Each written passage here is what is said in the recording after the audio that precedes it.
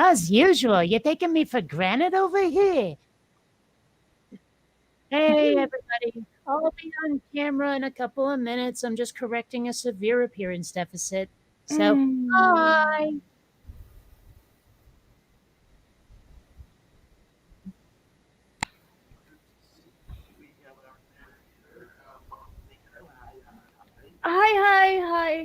Hi. How's everybody doing today? BJ is saying no audio. No? Ugh, I told you to fix this before we went on air. I specifically said. Oh, and they can hear me. That's weird. They can't hear me? Um,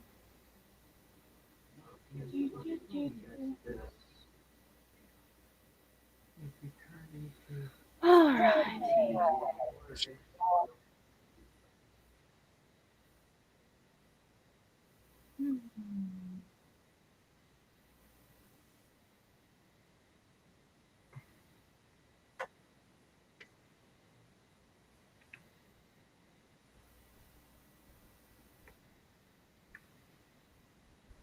So, a while back, really long time ago, I made a video where I described something that happened. I had a friend, Brooke, back in Vermont, and every now and then, like me, Brooke, my dad, and Brooke's dad would go to Lavender, which is a water park up in Montreal. And every time we would cross the border, they'd ask all those, questions. Are you bringing any fruit? Are you immigrants? This, that, and the other thing, right? And every time Brooke's dad would screw something up, he'd forget the name of his kids, he'd forget his address, something, right? So it just sort of became this thing that we'd laugh about. And then, like one time, actually, the last time we ever went to Laurent, he answers every question completely correctly. Every question he gets exactly right. And the guard waves him through. We're like, wow, how'd you manage that? And he hits the gas and the fucking car's in reverse, right? Oops. And there's a reason I'm telling this story. I can't imagine what it might be. Hint, hint, nudge, nudge. I hope everybody can hear now. I had to use a strange setting in order to see my VU meter actually doing it. This is the first time something like this has happened. As you guys who are regulars well know, there have been many occasions where you could hear me, but not the rest of the panel. This is the first time I can remember that everyone has heard the rest of the panel and couldn't hear me.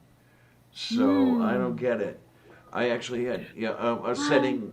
Right, I had to pick one out of thin air and actually use it. And so far, so good. Well, it looks like Beach 8 is saying you're audible, so it should work out. Well, actually, I do not offer audiobook rentals or sales or anything like that. So I don't know where you got that idea. I will light you on fire. I will find you and have you annoyed.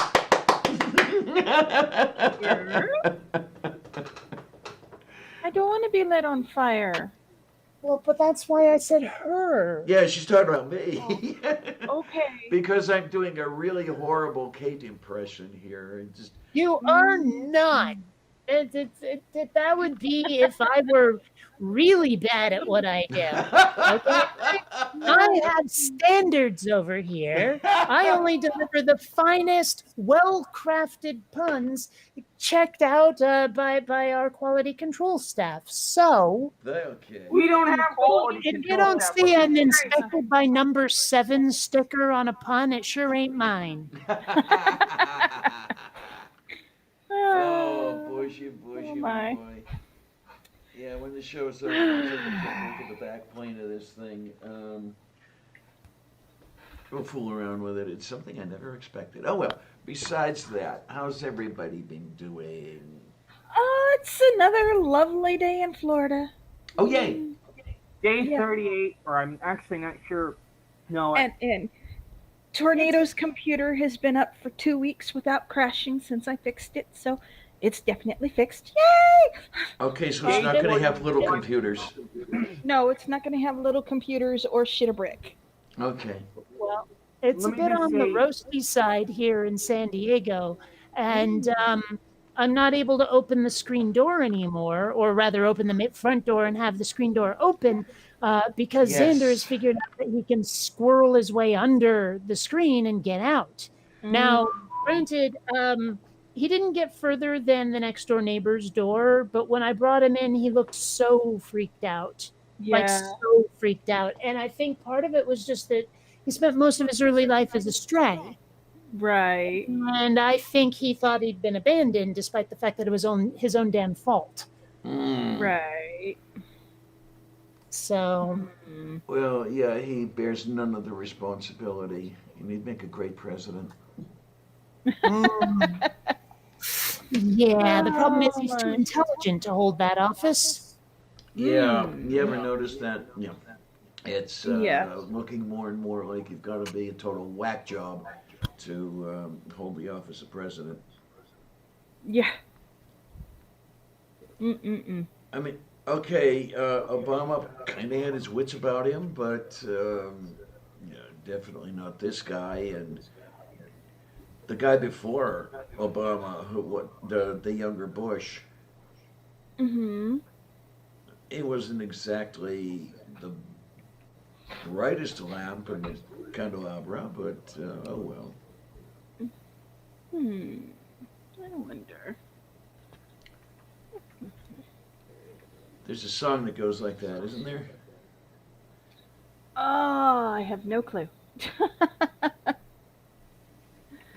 Quite a few, come to think of it. So, I Yes, have a dear. question. Yes, dear. Uh-huh.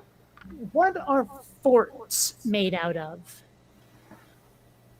Forts? Forts? Forts. F O Yes.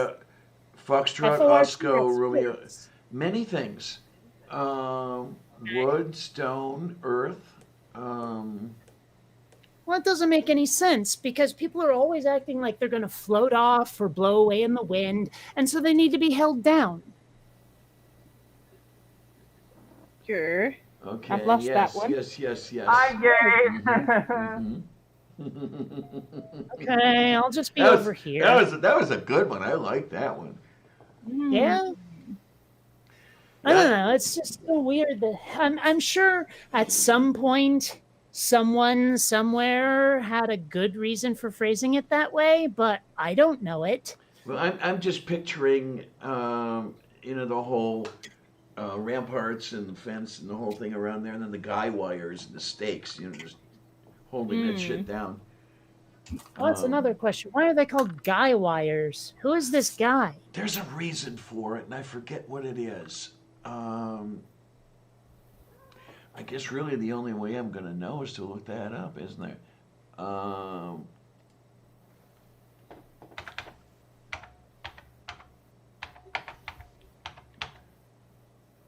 Okay, I'm going to try with guy wire. Okay. Yay. Well, I'm sorry that's what you just did. So, Okay, the cable is a tension cable designed to add stability to a freestanding structure. But what I want to know is the etymology. let me guess, you're not looking on Wikipedia. I was just on there. Did you see something? Oh, are you? No, it's just that usually when you look stuff up, that's like not where you go. Wait, really? Oh, hello, Xander. All right. Silly. Let's look at the other things and yeah, okay. It appears okay from the weird history of the word guys. But the word guy has some pretty explosive origins, literally. The term actually Oh, is comes this a from Guy Fawkes thing? yes. But what I don't understand is how Guy Fawkes applies to a support cable. I don't know. Okay, I don't know why it's so friggin' dark. What is the dark on the thing? Why won't they give me the option? Oh my, yes, it is quite dark. This is deeply frustrating. Hold on a sec. Let me see what happens if closing the shades is done. It's got to do something. I don't know if it'll do enough. At least I'm not the only one with problems today. Well, this particular problem is kind of chronic, isn't it? Well, the audio problem? No, the camera not reacting well. Oh, that one is kind of chronic, yeah. Wish I knew why, so I could I know suggest. why. The problem is that this stupid web programmy thing, the meet.google.com, doesn't give me advanced control over the camera the way that, say, my webcam program does. If I could have access to exposure and gain and all of that, then I could correct this instantly. But because Google doesn't give you that fine control over your camera, there's nothing I can do. Now, okay, this brings an interesting thought to my mind. Do you have this sort of problem when you're on a stream with what's that duck? StreamYard. Yes. You do have the Because you do have the because problem. Okay. neither of them give me the control I need, the way I would have control. Okay. You Yeah, know, I wondered using an if it actual was. webcam program. I wondered if it was specific to this platform rather than just being a local remote sort of thing. Hi, harmonica man. Yeah, yeah, yeah, yeah, yeah, yeah, yeah, yeah, yeah, yeah. All right, well, not much point having the webcam on, so I'll just. So frustrating. And then there's this cat. Yes, there is. Don't you go running away, huh? Yeah, kittiness. Oh! This is a kittiness. I'm wondering what I should munch on for now. I don't know. Nails? Clowns. Broken glass. Well, whatever it is, just make sure that it's moist. I know, I could snack the rest of that cookies and cream stuff. Okay. Yeah, my brain went somewhere horrible with that, but okay. You know what I haven't seen recently? And Well, if you want some cream, you can always punch the cobra. Oh, You guys are terrible. I'm never gonna live that down. Nope. No.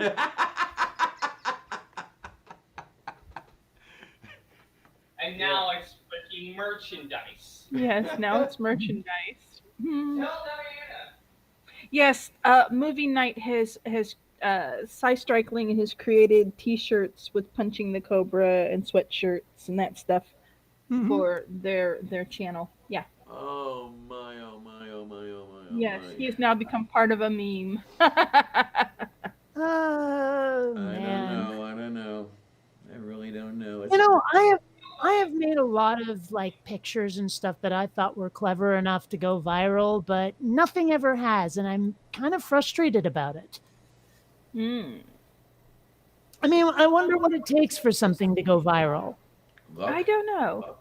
I mean, maybe you have to already be famous enough Maybe. that enough people see it. That could be I part don't of know. it. Yeah, could be part. Yeah, I mean, just But- think of me trying to make something go viral. I mean, 6 people would even care about what I did, and if they each got one person to care, there would only be 12 people. Hi, Shadow. Yeah, the growth would certainly not be exponential. Well, of course, also sometimes fame is made by something going viral. Like there have been people out there who were utter unknowns who then at some point were found because they did one thing that the public found entertaining. And I guess that's where that whole luck factor comes in. And I have a feeling Mhm. that by the time you get everything together and listed, luck might be at the top of that list. It's Yeah. it's not like anybody could necessarily say, "I am going to become viral today," and proceed to actually accomplish that.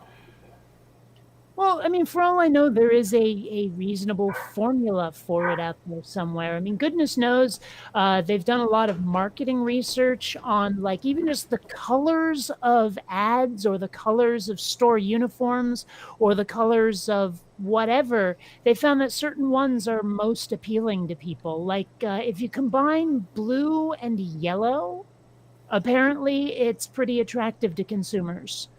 Oh, like a certain electronics retailer. Yeah, well, Adorable. that's one of the reasons why all of the thumbnails for my videos these days have had the blue background and the yellow text, is to try to Ah, cash in on that. It's not working very well, okay but then. Hey, it is. Now that you mention this, and I thought of Best Buy, it's interesting when I think of the inside of a Best Buy. There are so many things I do not see there anymore that I used to hmm, see. Uh, such as Home appliances. You used to get a refrigerator at Best Buy. you must be going to the wrong Best Buy because they got them at the one I go to. Oh, okay, so it must be a regional thing. Yeah, the one I had gone to most recently got rid of their appliances a long time ago. Yeah, well, I don't know what to tell you. I mean, not that I'm looking for appliances. They supplied me a defriginator. They supplied a range, an oven. Um, Why do they call it a range anyway? I mean, I've always thought of it just as a stove. I have no freaking idea. Home on the range? I doubt it. But I mean, there's so many things like that where I'm just like, how did this ever get to be a thing? Why it's called that? I mean, okay, is trousing a thing that they had to make trousers to do it? I don't know. There's another one for you. Yeah. Excuse me. I mean, Okay. like here we call pretty much anything like that pants, but apparently in the UK, pants is your undies. Yes. Mm-hmm. Yeah. Okay. From the word detective, range, meaning stove, is actually one of the older senses of the word, first appearing in the early 15th century. Early ranges were so called because they usually had more than one oven and usually at least two cooking spots on top, furnishing a range of places to cook. Oh, Okay. Huh. that seems so. Logical. I don't know. Somehow I don't like it. And then, well, there's the other thing though. Stove has multiple senses. Well, Um, yeah, like the past tense of stave. okay, yeah. Wait a minute here.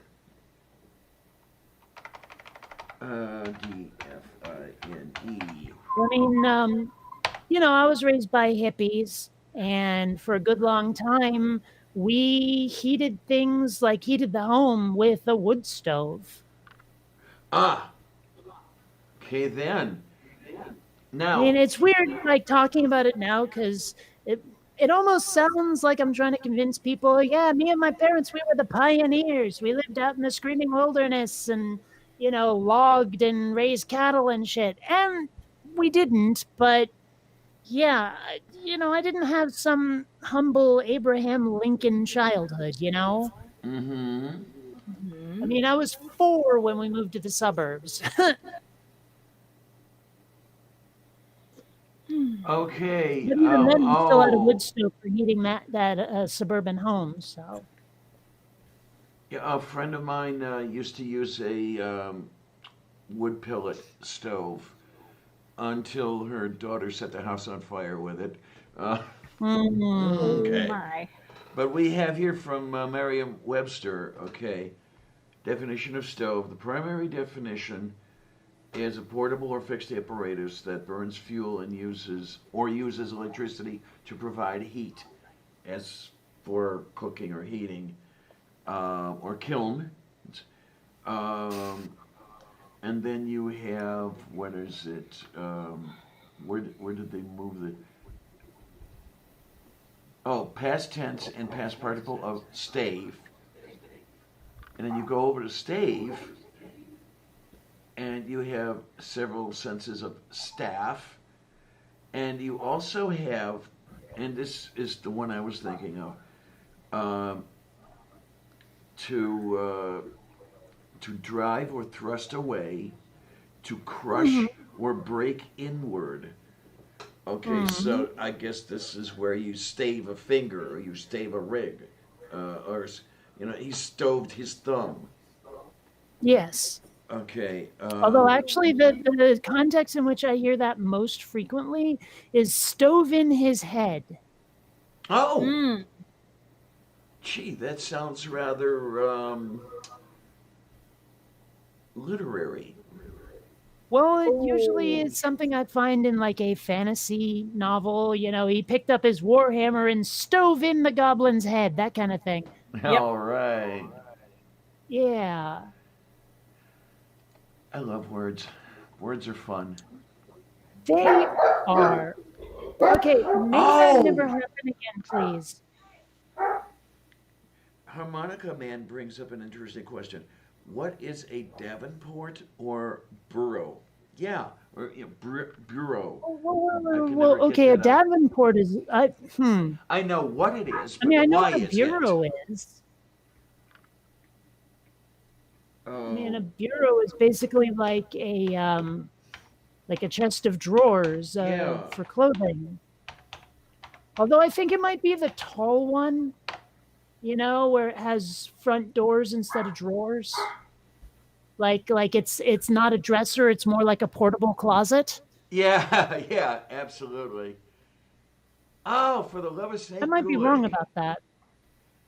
I did not Okay, know I this. thought a Davenport was a couch. Yeah, it is a couch. It is a for couch. North American. But what amazes me, and I grew up with it being called a Davenport and all this other thing, what I didn't know was, from the font of all knowledge, Davenport was the name of a series of sofas made by the Massachusetts furniture manufacturer A.H. Davenport and Company, now defunct. It's a brand name, like Kleenex. Yeah, that doesn't shock me in the tiniest bit. I mean, it sounds more. like a brand name. There's more. According to the British, a Davenport is an ornamental writing desk with drawers and a sloping surface for writing. Oh, So kind of like a drafting table then. I guess a bureau is more like a dresser. I must be thinking of oh shit! I had it, now I lost it. What's Armoire.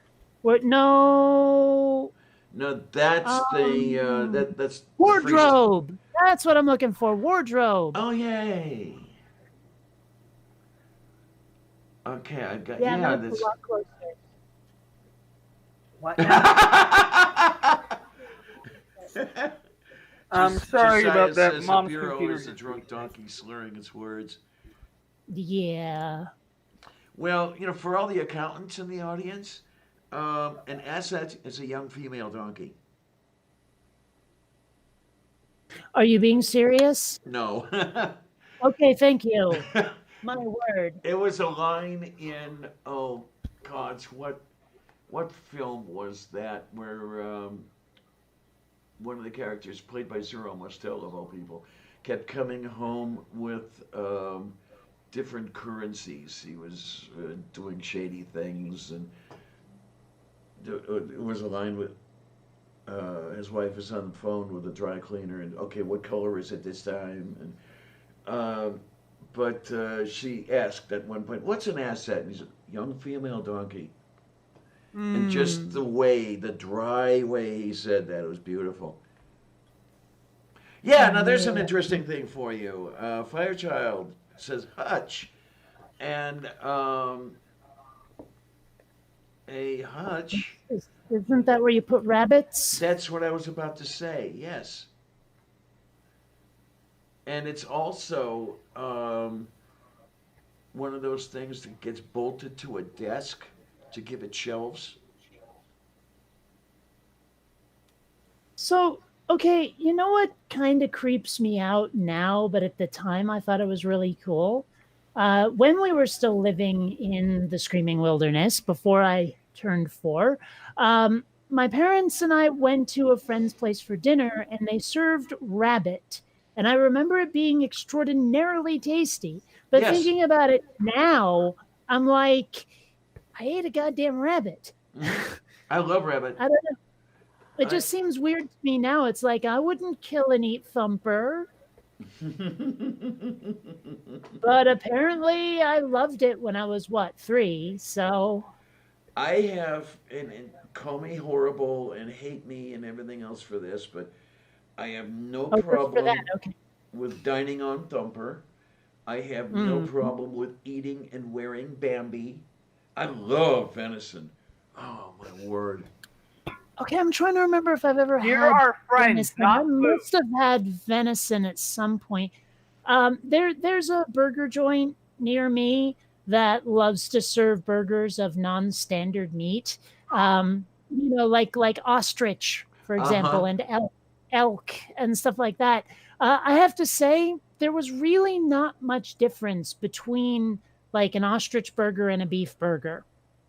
I've never had ostrich, so I really couldn't weigh in on that one. And it tasted like a damn burger. It didn't even taste like chicken. Okay. Well, I can imagine somebody, handing you a burger and you're taking a bite and say, "Oh, this is tasty. What is it? Oh, it's chicken. It tastes just like rattlesnake." Right. Actually, have you ever seen the movie Demolition Man?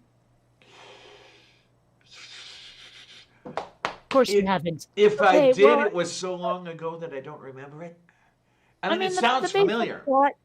the basic plot is Stallone gets frozen for a crime he basically didn't commit, and Wesley Snipes gets frozen for a crime he did commit. And then they're both like resuscitated in, I don't know, somewhere in the future, whatever. And everyone has become a bunch of pansies about everything. And they're trying to live in this utopian society that frankly doesn't work. Of course, it doesn't work. But they don't eat meat anymore. And he's like, "What? I can't get meat. This stinks." But at one point, they meet all of the people who are rebelling against this utopian society. And he's like smelling this smell. He goes, "Oh, yeah." And he finds this woman flipping burgers. And he's like, "Oh, I will trade you this watch I have for that burger." Because, of course, he doesn't have money that they will accept. He has to trade for it. And he starts eating it. He goes, "Oh, yeah. Oh, this is so good." And like one of his futuristic police partners goes, "Do you what? Don't ask what it's made from." He goes, "Why? What are you talking about?" She goes, "Do you see any cows around here?" And so he asks the woman, "What is this made of?" She goes, "Oh, rat." He's like, "Rat. Oh, I'm okay. eating a rat burger." And Okay. he's like, "Okay," and he just finishes it. But so There was it's a great movie. You really got to see the movie. It's You're hilariously talking funny. about Demolition Man, right? That's what she Yeah, said, and you'd yes. know that if you were paying attention. There was a small corner store near the old man's beverage store that sold a lot of the strange meats. That was the first place that I ever knew that bison was a thing. And beefalo, that's the other one. Beefalo, as in buffalo beef. Yeah. Hmm.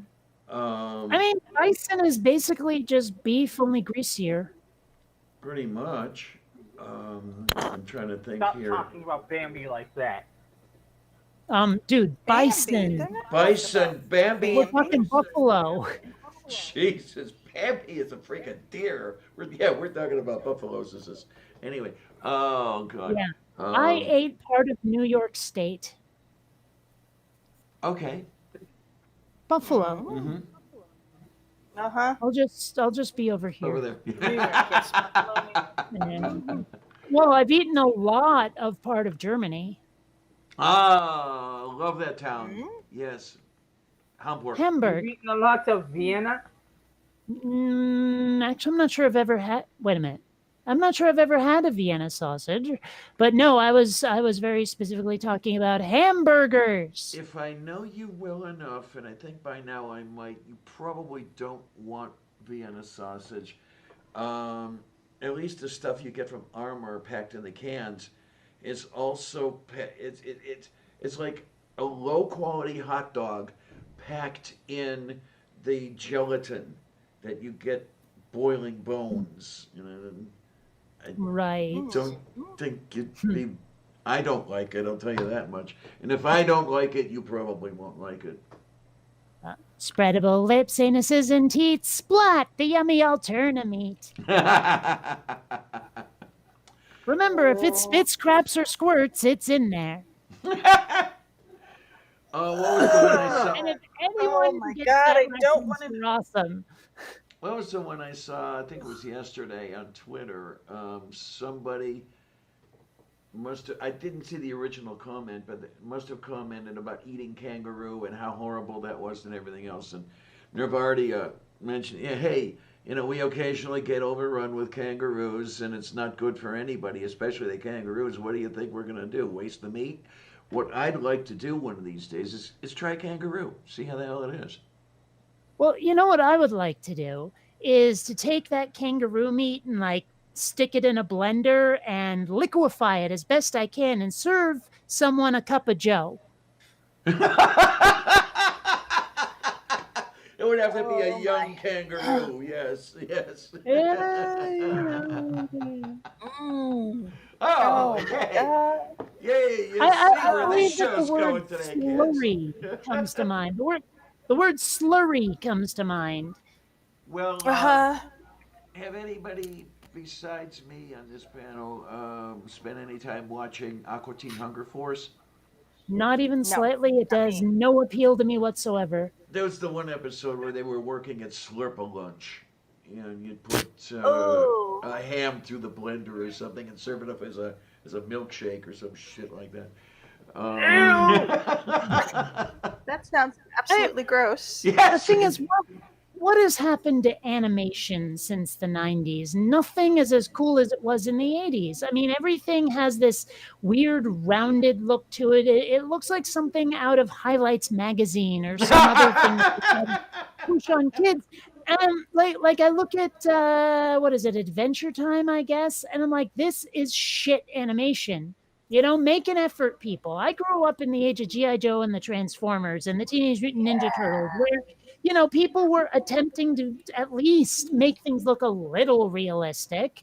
But now it's like everything looks like it's like a padded edges version of itself. You know what I It's just like, what the hell? You know what I really miss, and I actually do miss this. Have you seen the old David Seville and the Chipmunks animations, where it's basically Yes. line drawings? Mm-hmm. Oh, I no. loved that style. It was a very simple style, and to me it was just appealing. Um, So wait a minute. How old is this? about 1960, something like that. Okay. Well, I see 1958. Oh, wait a minute. Well, that's just weird looking. Okay, I mean, you've, I you've would seen think, one of the cells. Okay. yeah. Well, there's actually a comparison of the chipmunks through the years, or Yeah. rather, at least just Alvin through the years, and wow, has the style gone through some changes? Oh, yes. And to me, I mean, I know what I am and all that shit, but Okay, the so modern stuff just doesn't look right to me. I really like the one, maybe because I was raised on it, but I really like the one where he's holding the microphone here. Okay, my favorite is the one in the middle, right next to it. Really? Yes, Okay. that's the one I first knew. That's the one I grew up on, where Well, he's maybe holding the that's baton. why people become a fan of something, as it's the first version of it they encountered. There's the possibility with that. Yeah, it might figure in. Yeah. But the one far right. Oh no, no, no, no, no, no. Just no. I haven't seen that movie, and I'm not sure I want to. Although I do like Breckin Meyer, and he played Dave, so maybe someday. Oh yeah, Bugs Bunny has gone through some amazing changes, especially Hmm. when you look at the first Bugs Bunny compared to the stuff that came out recently. Well, Uh, what Really? about the Looney Tunes back in action? what? Can you run that There's a by? movie called Looney Tunes Back in Action. Oh, okay. And one of Tornado. the things you hear one of the characters say, or one of the things you hear Bugs Bunny say, is at one point he pulls out this lightsaber looking thing and he says, in his accent, of course you realize this means war. Hmm. Well, I really love in Animaniacs. At one point, someone antagonizes Yakko, Wacko, and Dot, and they go, "Of course, you know this means Warner's." Oh, Oh! I've been binge watching Animaniacs because, quarantine. And man, they make references to cultural things from 30 years ago, because that's when the show was new, that I'd forgotten about. Like that at one point they're making reference to Tanya Harding and Nancy Kerrigan. oh, And at jeez, one point man. they also have a character who looks suspiciously like Ross Perot. Oh my god. The And I'm just like, wow, I'd forgotten about so much of this shit. the whole Kerrigan Harding thing, that was what, 30 years ago already? This is what I'm saying. Yeah. Wasn't Harding a porn star? No. No, she was an ice skater, a figure skater, an Olympic figure Oh my skater. Well, god. she wanted to be Olympic, but yeah. She Yeah, wasn't the good enough. attack on Nancy Kerrigan kind of ruined that. Yeah. At least I don't think Animaniacs ever made a reference to John Wayne Bobbitt, but it would have been funny if yeah. Oh my god. then. Yes, I ladies and found gentlemen. prints. No, fingerprints. I don't think so. And before we're yanked off the air, this is indeed Coffee with Lavender. Great to have you. Yeah, I do love Animaniacs. Such a great show. They're coming out with new episodes. Really? Yeah, and they got the original cast to come back too. I watched an interview with Rob Paulson and why the hell can't you Jess Harnell? That's it. That I was kind of annoyed that Tress McNeil was not part of the interview, though. Oh well. No, Wait, are we And you guys have talking no Amy idea what I'm LaBeouf, talking Tress about because you McNeil? don't know voice actors, do you? Mm-mm. Okay, well, Rob I don't know Paulson which one played voices Yakko. who. Rob Paulson played Dr. Scratch and Sniff. Rob Paulson played Pinky, and a lot of other various characters. Whereas Tress McNeil was Dot and a lot of various characters. Jess Harnell was Wacko. And Maurice LaMarche was the Brain and a bunch of various characters as well. Ah, okay. I know voice actors quite a bit. Rob Paulson's actually a friend of mine on Facebook. Oh, cool. So, yeah, one of these days I hope to track him down at a convention or something and get him to do a duet of Yakko's World with me. Mm. How cool would that be? that would be amazing. Yes, it would. And yeah, And you would never in a million years guess that Jess Harnell looks the way he does. Because you look at Wacko and you hear Wacko's voice, and then you look at Jess Harnell and you're like, how the hell did that voice come out of that guy? Because he is this big, burly fellow with dreadlocks and stuff. And Mm-hmm. it's like, how the hell did Wacko's voice come out of that guy? and that's when you know that you've got a really good voice actor on your hands. Yeah. Well, he looks kind of like that Jason Momoa fellow, except if Jason Momoa was a stoner, Okay. Like, okay, You let forgot me your show you. name. This right here is Jess Harnell. That's the guy who voices Wacko. Oh my. Hold Oh, on. good Look. lord. Yeah. Those aren't dreadlocks, those are curls. Yes, but that's one picture. You look at him in another, like in the interview, he had dreads. Like, yeah, big time. That is Wacko's voice actor. Yes, it is. He does look a lot like Jason Momoa, only not as muscular. Well, yeah, like I said, if Jason Momoa was a stoner, he'd probably look like Yeah. Jess Harnell. So yeah, Cute. it's kind of funny. Like, do you remember Mindy of Mindy and Buttons? No. Mm-mm. No. Okay, Yes. well, the thing is that Mindy was voiced by Nancy Cartwright, the voice of Bart Simpson. Oh, okay. Oh my. Okay. Yes. Let me see if I can find a good image of Mindy and Buttons here. Oh, well, sure. Okay, that's copy image. Actually, it's a pretty shitty image, but it'll do fine. Present now, a window. Da da da da da. Okay, there we have Mindy I and know what Buttons. Mindy and Buttons are. Yeah, the dog Buttons, always Mhm. chasing Mindy. That Why? poor dog. Why? Why? Okay, I love you. Bye bye. Yeah, Mindy. Yeah. Oh, okay. Okay. Mindy is this kid who is both the unluckiest and the luckiest kid on Earth. And of course, Buttons saves her all the time and then gets blamed for her getting out. Yeah. When it's actually technically the parents' fault because they haven't Mindified their house. Mm-hmm. Oh my. Okay. That's. You know what's bringing funny up- though? Like, Mm. Rob Paulson, again, the guy who played Yakko and Pinky and Dr. Scratch and Sniff, had one line in Tron. Really? One line. It's in the arcade scene right after Flynn finishes playing, and he goes 999,000 points. Woohoo! That's Rob Paulson. Yep. Yep. There's a chance I'm like a mega fan of Rob Paulson. I love what he's done. I mean, in the original Ninja Turtles, he was Raphael. Oh my. Yes, yes. And if you remember Chippendale's Rescue Rangers, he was in an episode called "The Curse of the Cola Cult," and I love that episode. That is the best episode ever. So yeah. I don't know. It's just a thing.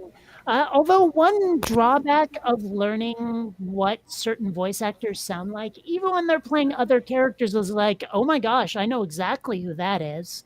Mm-hmm. Oh So, yeah. and I mean, Tress McNeil, again, Dot Warner, has played so many characters on The Simpsons. Okay. Yeah.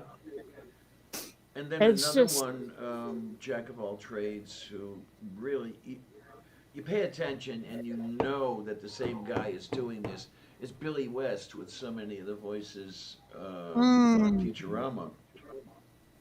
Well, and you know, what you call it, Ren and Stimpy. Yeah, absolutely. Yeah, when Chris Falusi sort of went away, then West did pretty much everything. Pretty much. Dude's talented, but you're right, his voice is pretty distinctive. Yeah. I mean, at first I didn't quite realize it, but then something just came. Wait a minute, that's the same guy. I think it was when I was. Oh my, What's the old man's Go name? on. What? The old man Futurama. Oh, Professor Farnsworth. Yeah, okay. I first noticed it in Farnsworth voice, and it was Well, okay. okay. That's West. Yeah. I'm looking here, and apparently from 86 to 87, Rob Paulson played Haji on Johnny Quest. Oh wow. Yep. And I completely forgot. In Spaceballs, he's one of the Spaceball guys with a comb. in the desert scene. Oh, my jeez. Yeah. We ain't found shit. Now, I did not see the later Johnny Quest. I remember the Johnny Quest, the one that actually Yeah. was Johnny Quest in like 1964 or some shit like that. Oh man, that was amazing. I don't know if you could ever do that show now. You'd have to make a lot of changes as were made in the second run. Oh man, I completely forgot. Someone gave me the box set of Tailspin, and I need to rewatch it. Especially since apparently Rob Paulson was in 3 episodes. But I do love that show. I don't know if folks are familiar with the various genres that have punk at the end of the name, like cyberpunk and all of that, steampunk and all of A that. little But bit, yeah. I can make a very decent case for Tailspin being diesel punk. Because diesel punk is basically, it has sort of a World War II aesthetic, and Tailspin kind of does. Yeah. So, I mean, but also what's weird is if you watch Tailspin and then watch Wings, they're basically the same show in a different setting because the characters are all pretty much the same. It's crazy, but it's true. I don't know. That's the one I where I spend- have to disengage the gears, put my mind in neutral, and then re-engage the gears when somebody talks about Wings, because I always think about the one they're not talking about. Okay. The one that was on Discovery Channel, Aviation History. Beautiful show. Love that show. But that's not the one they're talking about. No, we're talking about the sitcom about Yep. the I know the airplane company on Nantucket, I think it is. one. Not sure where it was set. No, I've actually seen an episode or two of that. Well, it's an island, wherever it is. I think it's Nantucket. Well, you know what they say. There once was a man from Nantucket. Yeah. Hey, you two stop fighting.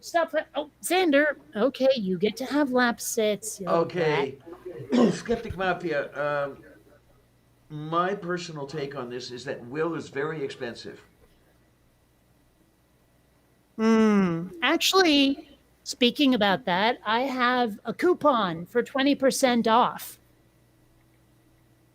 of Will. Okay. Well, it may not be free, but Oh, look. Hi, Ilya.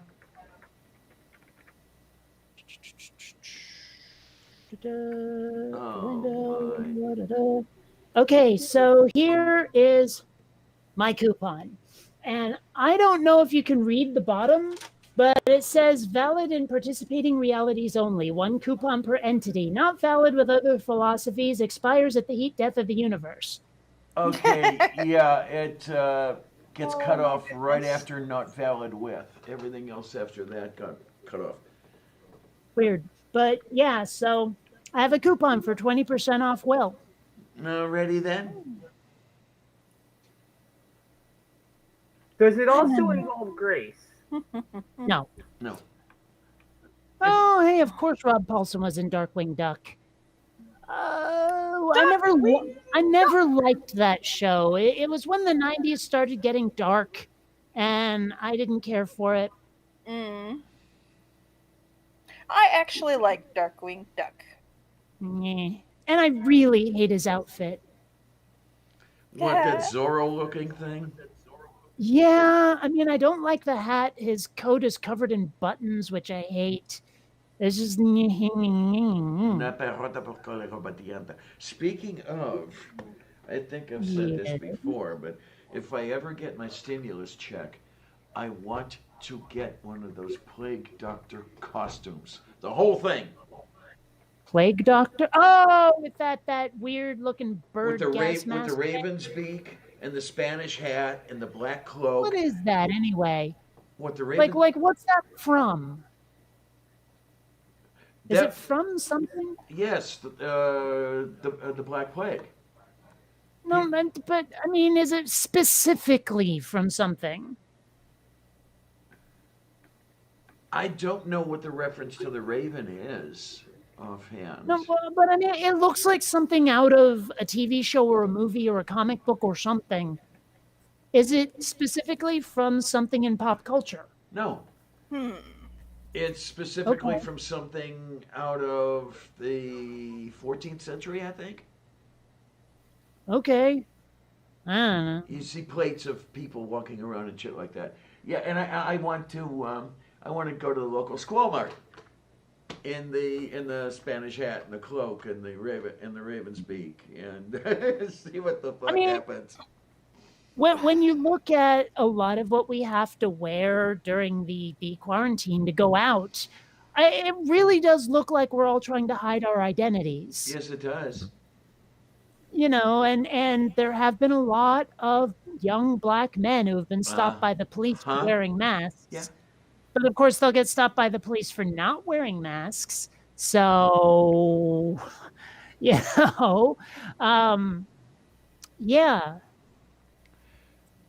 Yeah, Beach and Orla. Yeah, Wait a the minute. That cannot possibly be what I think it is. who, what, where, when? Did they make a TV series out of Eloise? They did. They made a TV show out of Eloise. Oh my Okay. gosh.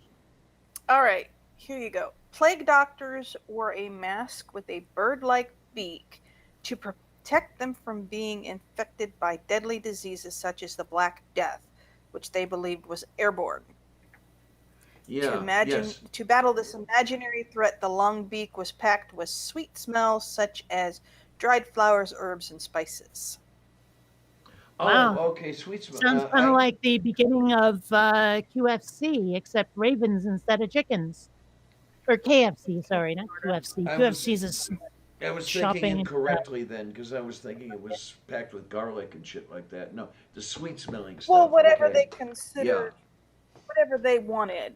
And of course, we all know that's not going to stop the plague. Well, that's that whole because, thing. of course, the plague was carried by fleas. And that's that whole thing when you believed in miasmas and all that shit. Yeah. Yeah. Well, I mean, there was well, there still is, but the disease got its name because it was it was thought to be caused by bad air. That being malaria. Yeah. Mm-hmm. So some of that shit still Is survives. that where we got the word name malaria from? That's what I said. Yep. All right. Well, my headset for my tablet is messing up, so I'm going to go and get these out of my ears because they're crackling and popping. So, and my computer is still trying to bring itself up. So, yay. No, I think it's already done that. Maybe. No, I've still got to enter my password and stuff and see if it'll behave itself. But my computer has a sound glitch now that my Sound Blaster card has died. Wait a minute. Oh, is Sound Blaster still a thing? That's what I was going to ask. This is an old card that I've had for a very, very, very long time, since like 2009, and it shit a brick. So Wow, because I think the last time I had a Sound Blaster card was about 20 years ago. They still exist. Oh my gosh, I'd forgotten about that show. I'm looking at Tress MacNeille's IMDb now, and they used to have Rubik the Amazing Cube. Oh. Yeah. Oh my gosh, I'd forgotten about that.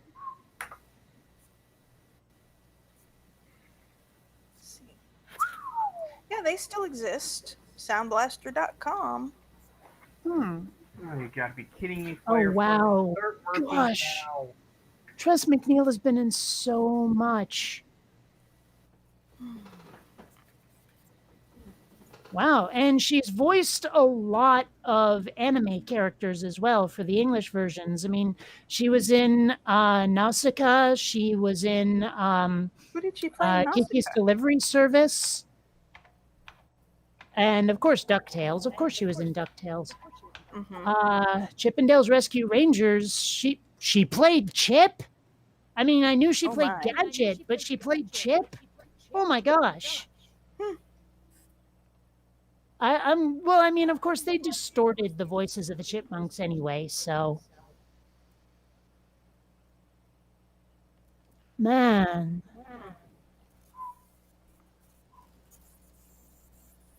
Wait a minute. They made a show completely out of Plucky from Tiny Toons? I don't remember that.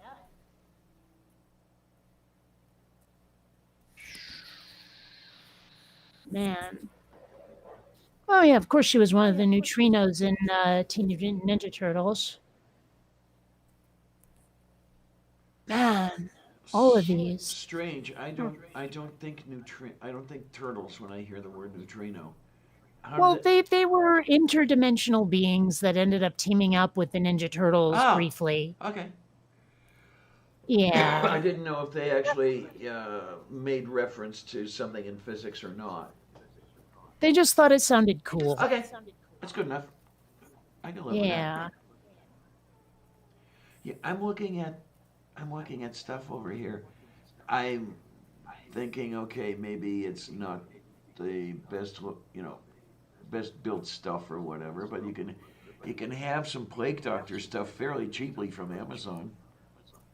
I don't know. I told you about the sort of cyberpunk looking duster someone's making for me? Yes. Yeah, I cannot wait till that arrives. That's going to be so cool. There was once back in high school, I actually decided to be a Shadowrun style decker, where what I had done was actually I shaved down one side of my head and used liquid latex to stick a circuit board on there. And on the circuit board, I had one of those like a telephone jack, and I ran the cable down to a keyboard that I had attached to my leg. Oh no! All right. So basically, I was a Shadowrun style decker. I was jacked into the Matrix. And I am so annoyed with the movie The Matrix for taking that name, because the Matrix in my world is always going to be Shadowrun. Mm-hmm. Okay then. I'm just saying. Mm-hmm. I'm gonna go. I'll see you all later. My computer's now calling us. Yes, well, thanks for being by, and I will talk to you when I talk to you, or something like that, right? Yeah, it's just lots of parts I'm going to have to replace once we get money in. Money. Might be time to rebuild my computer. So. What? And of course, I remember Tress MacNeille being in nearly every episode of Futurama. Yeah, what? Awesome.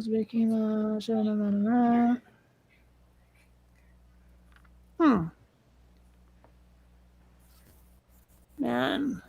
You know, one of these days I ought to figure out what this Kingdom Hearts game is that I keep hearing about.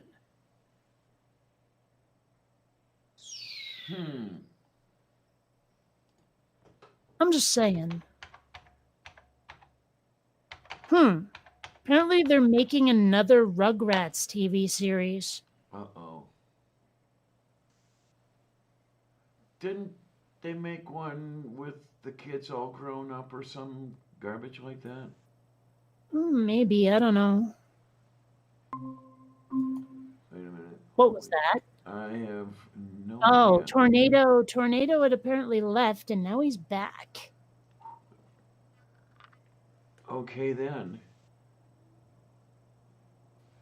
Yeah.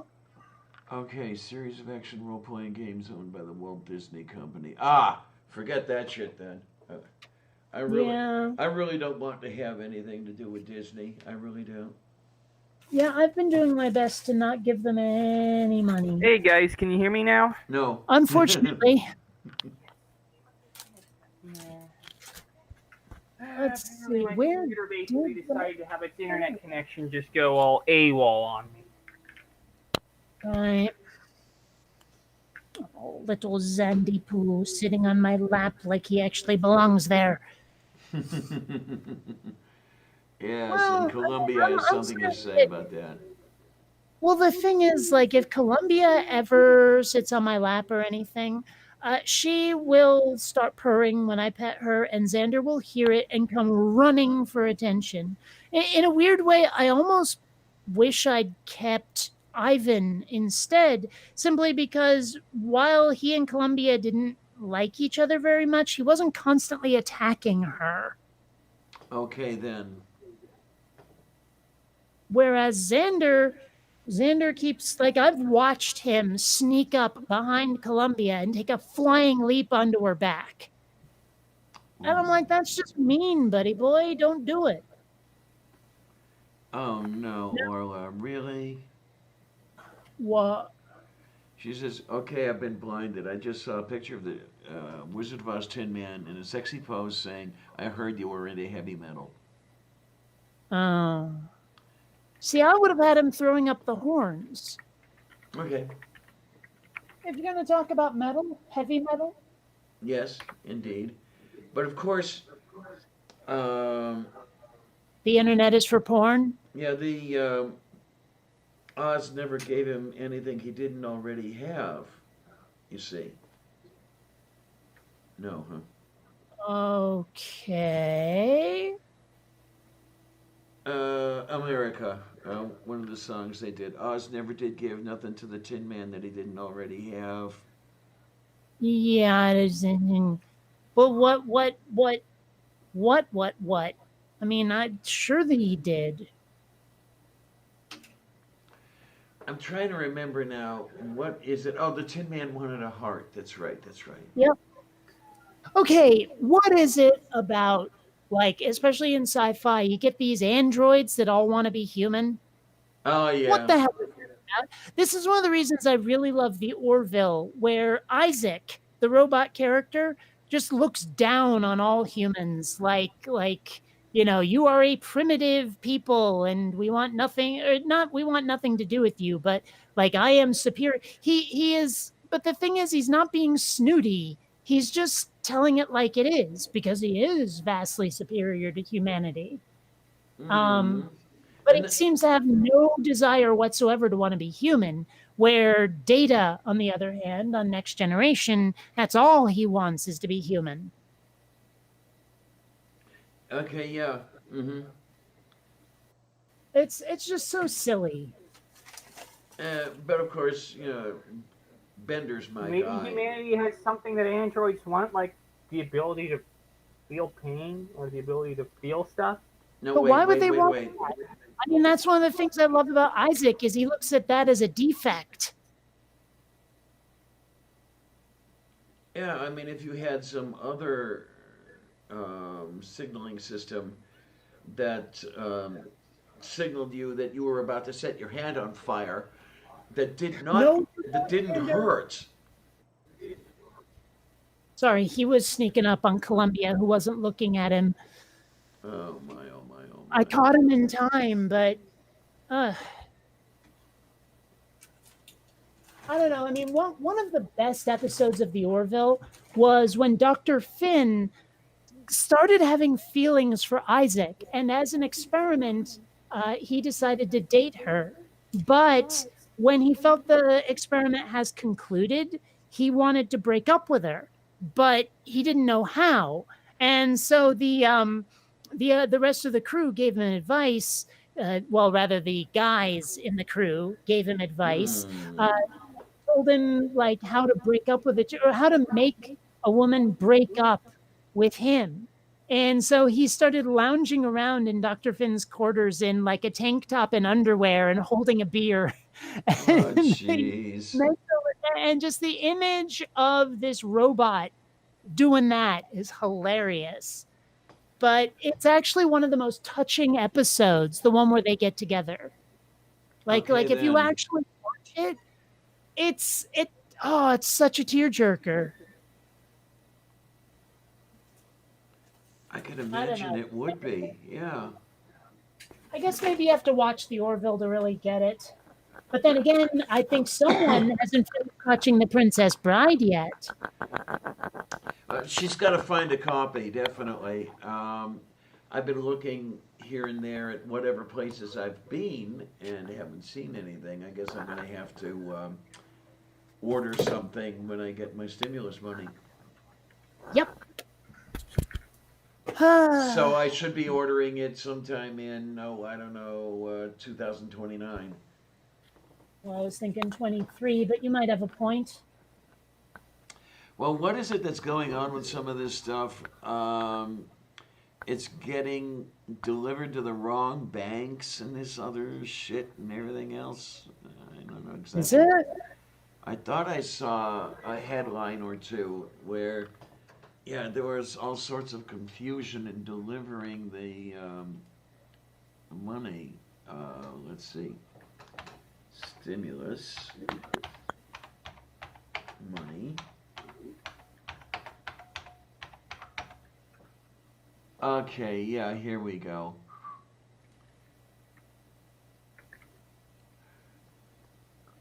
Okay, okay, maybe they didn't do it. Maybe the peoples did it or something. Oh no, this says what happens if your stimulus check goes to the wrong bank account. Yeah, that would be fun. Okay, from USA Today, 15 April. Some stimulus checks are being sent to wrong accounts. The bank account number is not even close. Okay. Where can we start reading to get past the preamble? Ugh, don't you hate that? Why do they feel the need to do that? I It's like, am, we don't need your preamble. Sometimes I want just the facts, ma'am. yeah, okay, I'll start here. The events unfolded in a similar manner for several of the, what? Oh, several of the people who reached out to the IRS via Twitter. Well, that was your first mistake. They would Yeah. submit their contact information into the government's payout tracking portal, and the results would show that the money was scheduled to be deposited 15 April. But the digits did not match a bank account people were familiar with. I was so confused, said, I guess it's Amy Saldana. I didn't know where they got that number from. The warehouse worker in Ontario, California, planned to use the check to cover the bills. I lost 2 weeks of pay because I was sick. I was depending on that for my car payment. Okay, wait a minute. There's the whatever it is that you call the pointer. I guess they did. Maybe I should be glad that they're mailing me a physical check. Yeah, maybe you should be. Of course, they'll send it to the wrong address, right? They'll send it to Seattle. Right. I mean, never mind that I filed my 2019 taxes from San Diego with my current address, but whatevs. Yeah. Actually, I'm not sure when I filed taxes in Seattle. I never really made enough for it. Oh, okay, okay. Okay, Xander, stop. Ugh. Honestly, this cat has been more trouble than he's worth at this point. Labors of love always feel that way at first. How much does one decide that trouble is worth? This is something I've never quite figured out. I mean, is there a certain level of trouble that's worth $1.50, and then, or something? No, huh? Come on, now. Well, I'll be over there, way over there. Actually, I can find this out. So, oh, jeepers. Come on. Oh, that's because I'm on the wrong site. Xander, what did you just do? Oh. That's what you just did. What did he Okay. break? So, trouble is apparently worth $14. Oh, okay. Or 18, depending. What, 18 so- for the special edition? Kinda. It's actually 18 for the Toy Story 4 edition. Oh, okay, okay. Now that's something that gets on my nerves, and I don't know if it should or shouldn't. What do we have here? Okay, we got a whole bunch of the games. Yes, but one of them is Trouble. One of them is Trouble. You see. That one.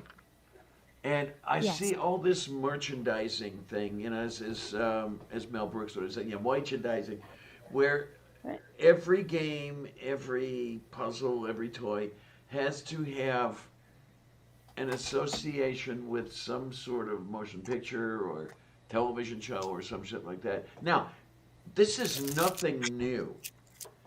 I remember stuff Yeah. associated with Batman, back in 1966, and you got the lunch boxes with all the characters on them and everything else. But is it my imagination, or are you seeing a lot more of that sort of thing now than you did? I don't think it's your imagination.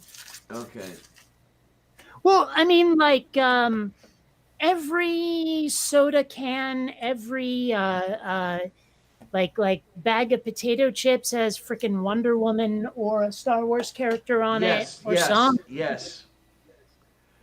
And then, And I have to say, I never would have, even as a child, I never would have been more convinced to get something just because it had the character on it, unless it actually had something to do with the show or movie. Because, I'm like, okay, it's Ruffles potato chips, but it happens to have Luke Skywalker on the bag. But I don't want Ruffles, though. I wanted Doritos. okay, then. But it's got the Star Wars character on it, and Doritos doesn't. No, I'm not that sort. I mean, there was something my ex told me years ago. She used to work at Lowe's Home Improvement, and mentioned that as far as she knew, there were people who would actually shop at Lowe's specifically because the one NASCAR driver uh, had their advertisements all over his car. I forget what the guy's name was, but his major sponsor was Lowe's, and allegedly. Was it that Dale Earnhardt guy? I don't know. I'm gonna have to look here. It doesn't matter that much. I mean, that's the only name I know when it comes to racing. Oh no, no, I take that back. There was that Mario Andretti guy. Oh, here we go. Here we go. Here we go. Doom, doom, doom, doom, doom, doom. I believe the guy's name was Jimmy Johnson. Never heard of him. Yeah, I know.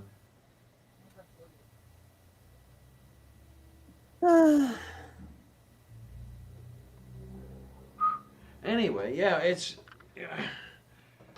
I don't think I've ever been one to say, "Oh, okay, my favorite motion picture actor is advertising for Narshmalkapas Incorporated, so that's where I'm going to do my shopping." No, I don't think so. Sorry, Al, if you advertised somebody, I would be no more inclined to shop there than I would anywhere else. Okay?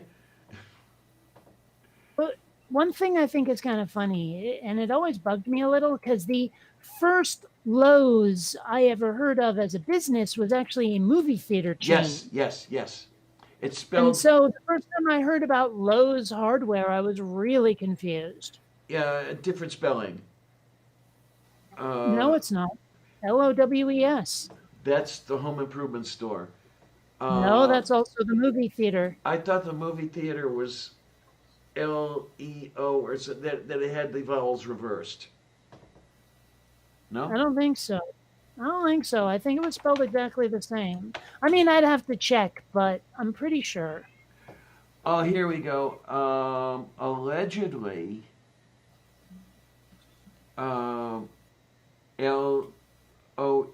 Loews.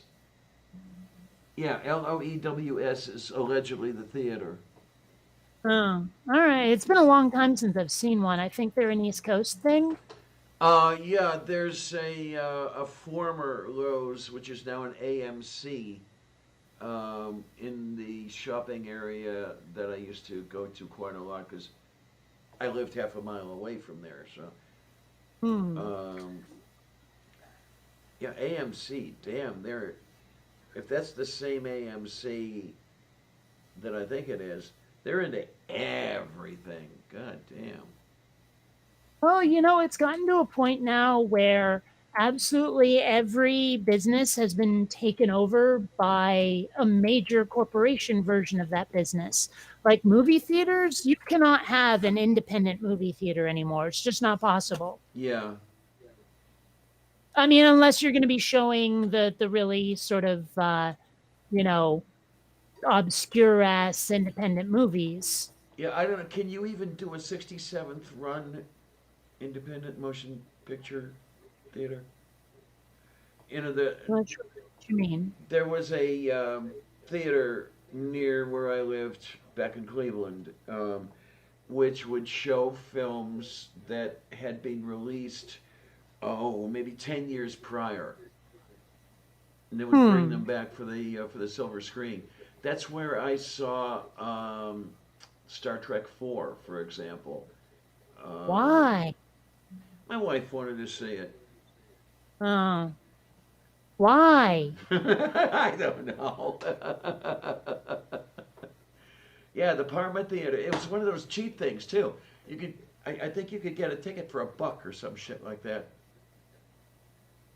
Now a container of popcorn would cost you your life savings, but yeah, the ticket was cheap. Well, I mean, the refreshments are almost the only way that movie theaters actually make money Right, because right. they have to kick like 90% of the profits back to the studio. Yes, which So I is mean, really, that's why a bucket of popcorn is $7 frickin'. yeah, which is one of the reasons that I haven't been in a motion picture theater in a very long time is because, okay, I'm going to sit there and I'm going to watch the film and I'm going to want to eat a bucket of popcorn. So getting the $10 together for the ticket and then the $10 for the popcorn and the $8 for the pop that you're going to drink along with it gets a little Soda. pricey. Gets a little pricey after a while. Well, and the thing is, I think it's adorable that you think a movie ticket is still $10.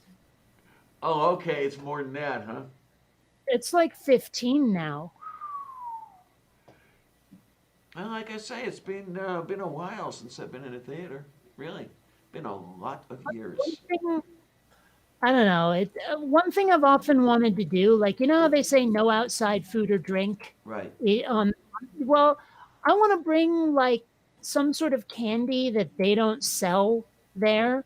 And if someone gets bitchy, I'd be like, well, do you sell this? And if they say no, I'd be like, so you're not losing anything because it's the only thing I want at a movie.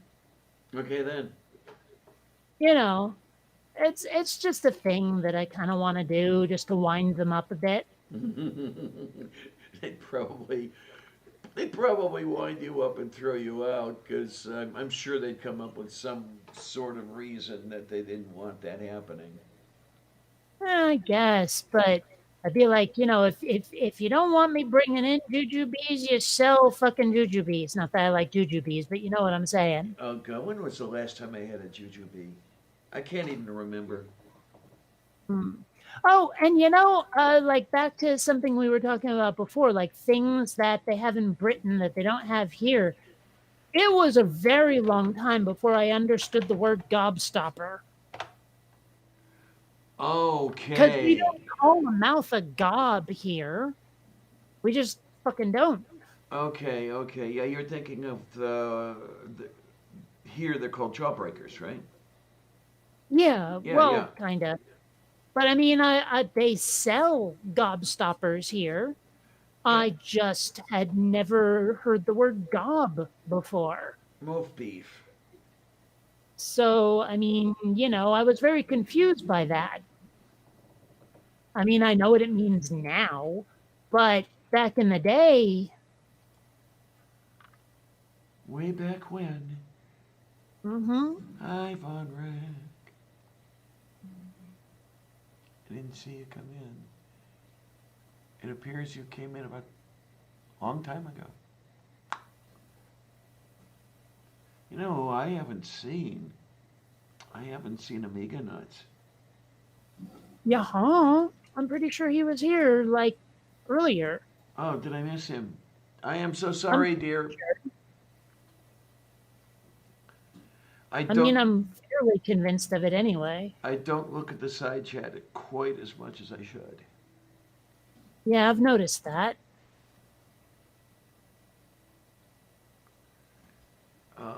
Okay, so you sneaked it in late. Okay then. Oh my. Other than that, yeah, it's just one of those damn days. I want food, Right, but because I your don't. alarm was busted, the boss chewed you out, and everyone's disgusted because it's just one of those days? Yes, absolutely. Okay. You didn't get that reference even slightly, I'm No, sure. not at all. Yeah, it's a Weird Al thing. Okay then. Yeah, Yeah. he has a song called "One of Those Days," and it's one of those ones like the what I just said to you was the first line about the boss chewed him out. By the end of it, it's nuclear war and everyone dies. Just one of those Ooh! days. Yay! Yeah. I'm looking over there, Judy, and I'm thinking that eventually today, at some point, not now, but eventually, Speaking I'm of going to Weird want. Al, apparently Eric Idle can just not stop showing up in various animated features. Okay. I remember Eric Idle played a Transformer in the Transformers movie back in '86. He also played Devin in Quest for Camelot. He also played Rincewind in the Discworld video game back in the day. Okay, none of you have read Discworld. All right. No, actually, I Isn't haven't. that from Terry Pratchett? I didn't catch any of that. Isn't Discworld written by Terry Pratchett? Yeah. I've heard of it, but I haven't actually read it. I know, I'm a Philistine. It's actually not the best book in the world. Maybe the series gets better, but one thing I've noticed about British comedy writing when it comes to like books is that they tend to not so much have coherent plots. I mean, if you read Hitchhiker's Guide and realize that it just seems like it's made up on the fly, like the writing was improv, it makes a lot more sense. It's kind of like the movie Crow from the '80s. Just reads like a bunch of people took maybe 7 scripts and stitched them together kind of loosely. Okay. Because it's like they just go from one mini adventure to another mini adventure. It's like watching someone playing an RPG and just doing side quests. Okay. Been there, done that. Well, yeah.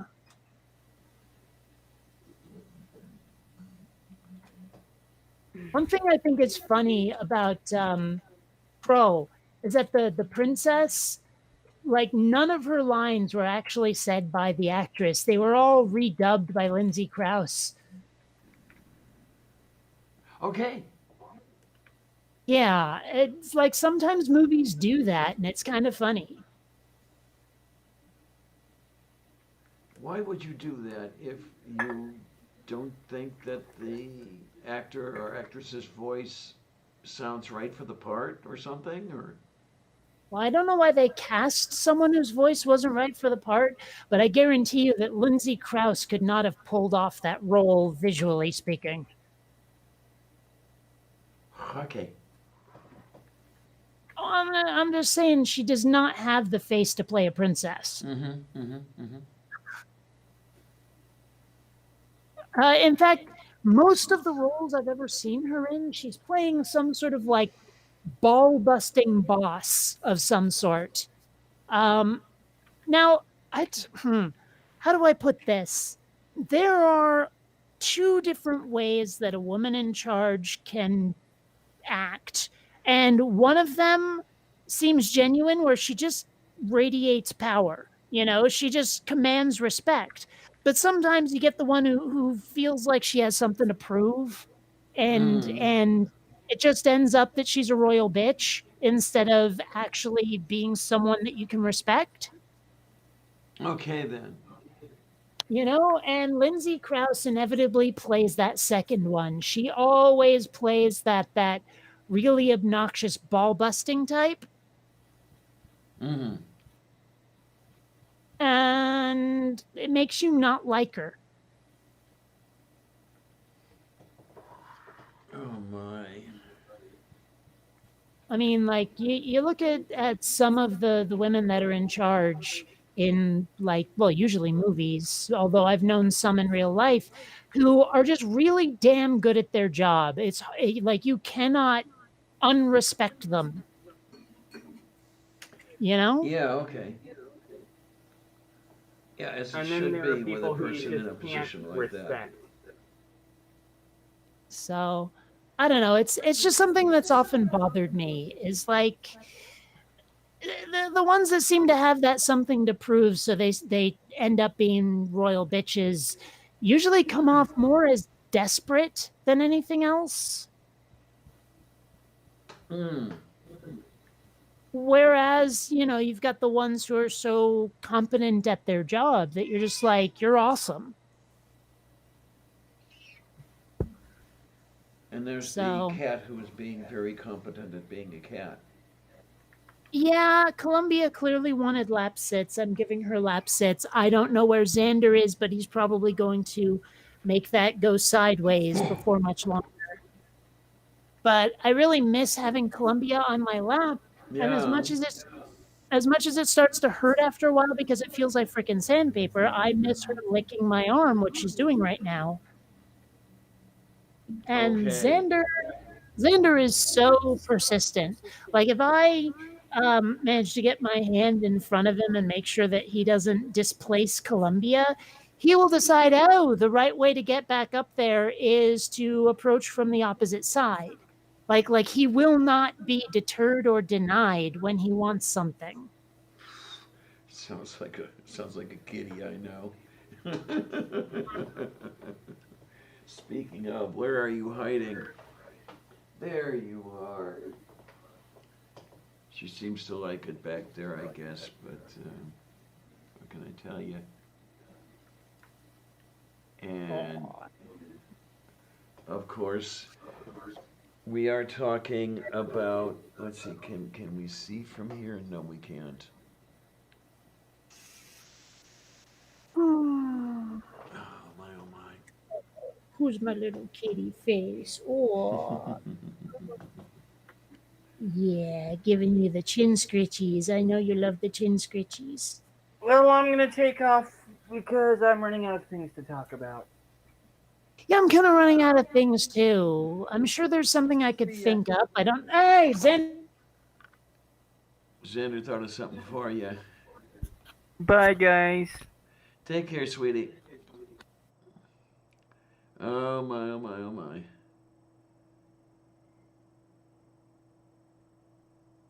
All of a sudden, everything's fallen quiet. Does that mean that no, I'm not the only one in here. I just don't hear Kate. She must have turned her audio off or something for a little bit. We're gonna find out what's going on here. Okay, did you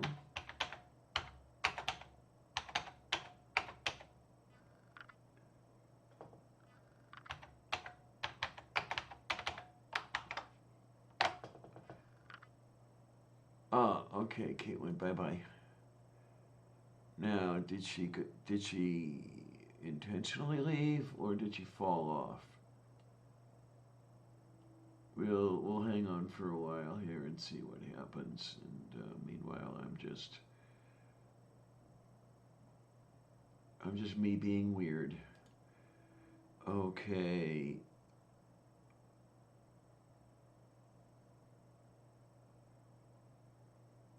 Okay. Yeah, kind of okay, there's two of me over here. I don't know, kids. Well, we'll just leave this here to see whether or not she comes back so I don't have to change cameras around and everything else. Now, I don't know if you guys are able to see this or not. Now that the view has changed. No, it's still no.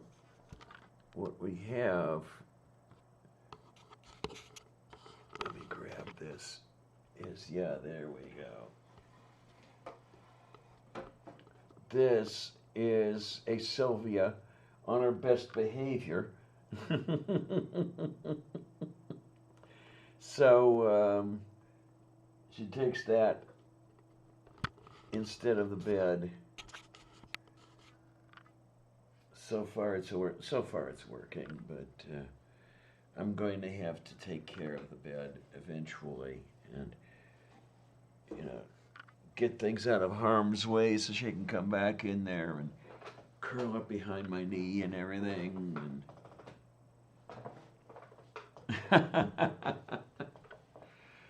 Well, Von Rex, some people would complain about that.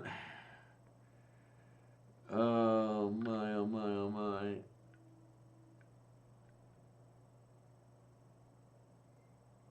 Okay, Dave, you can see me. Okay, that's either a good thing or a bad thing. I can't tell you which.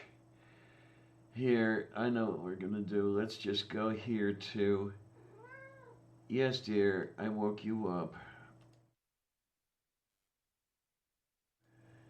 Okay, so the other one is the other one as well. Okay, that's all sorts of fun. I don't know what it is that happened with this thing, but yeah. It decided to not work exactly right. It's probably something that happened when I moved things around in here. So I'm going to have to work on that. It's something that's never happened before. Something that, where, yes, I have awoken a sleeping thunder. The kiddiness. You is the kiddiness. Yes, you is. Yeah, we'll figure out how to protect the gardenia and the Fittonia, and then maybe you can come in the back again and be on the bed again when I'm on the bed, because I can hear you. I can hear you when I'm in the bed. I can hear meow, meow, meow, meow, and I feel so horrible. But what are you gonna do? Yeah, I'm gonna have to do a lot of adjusting on this thing. It's interesting. Oh! Hi there! Okay, what happened was Xander tried to jump up on the chair to, displace Columbia, and I pushed him away, and on his way down, he nailed the reset button on my computer. Oops. Yeah, Okay. I'm not happy about it. So, I don't know how it goes with Windows. Did you have to go through an entire file system check and everything? Well, no, but I still had no. Okay, I'm trying to pop out the chat and everything's going slow. No, it takes forever because my computer wants to load every damn thing at once, and so the disk percentage of usage just goes through the frickin' roof, and it takes forever for Chrome to come back up. And then when it did, Twitter was taking its sweet goddamn time to actually load and that was the only source I had for your link, because every meet.google.com link is different, and I couldn't just type it into the address bar. Yeah, it's always a new chat link, which I don't know if that's a good thing or a bad thing, because I do have control over who I let in. Mm-hmm. So, I could post the address in the side chat and have people banging on my door, but they don't get in unless I let them in. So I don't know. Well, you were doing something similar at one point, but you kept using the same link, and remember, it made it so that no one could join for a good long time because it kept timing out. So. I remember that, yes. Something about the number of redirects and all this other happy stuff going on, yes. Yeah, as we were working on that one morning. I'm very not happy with Xander at the moment. But at least Columbia is still on my lap, still being adorable, still knowing she's loved. Because I think for a while she doubted it. You know, I mean, for a while she was very aloof, very standoffish. I think she resented Xander's presence and resented me for bringing him into the home. But she's starting to warm up to at least me again. So, like, she's been demanding attention. Like, I'm going to sleep, and she really wants to be all snuggly. And then I wake up in the morning. Yeah. So, I mean, I'm glad that she wants to be friends again. Mm-hmm. Von Rick, I'm with you. Yeah, bad to skip the FS check, especially if it turns out that you've got crossed files. But that's beside the point. Yeah. Oh my, yeah. So I have no idea what's going to happen the rest of today. Or Hey, Xander, goddammit! geez, Xander. Oh, and now Columbia leaves my lap. Oh, I am so pissed off at him right now. Blech. Starting to wonder. I'm seriously starting to question the decision to get him. I don't blame you, really. I mean, I've always wanted an orange cat, and I always thought it was kind of morbid to say, well, when Columbia dies, I'll get one. But I'm starting to think that should have been the right thing to do. I don't know if this is going to be something he'll outgrow. That would be nice. But of course, still, while it's going on, it's not fun for anyone. Yeah. And who knows how long it'll take him to outgrow, if he does outgrow it at all. Yeah. I mean, I know you're not supposed to use negative reinforcement with a cat, but there are so many times I've just wanted to smack him. Yeah, there you go.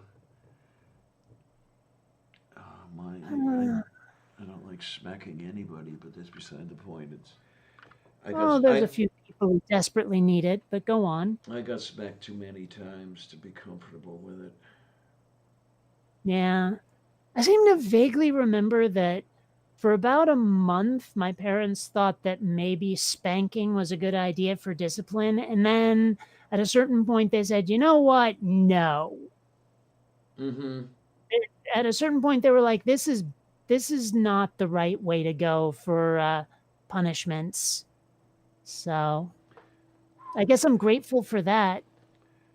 Well, you had or have parents who were able to get the point. Well, I was raised by hippies, and hippies, as a rule, are anti-violence. So, And, well, yeah. And I actually don't know if they were given corporal punishment when they were kids. I should ask at some point. Well, those two skipped the corporal and went right up to major general. And thank you so much for that. Now I have that song in my head, and I don't even like musicals.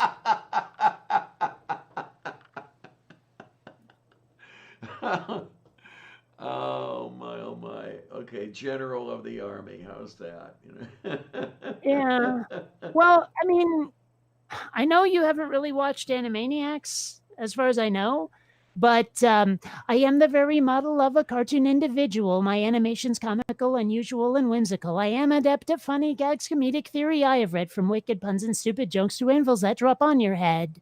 I am very good at fancy dances. I can even pirouette and smack the villain with a fish. I know my cartoon etiquette. I can make my face all mean and really give you quite a fright.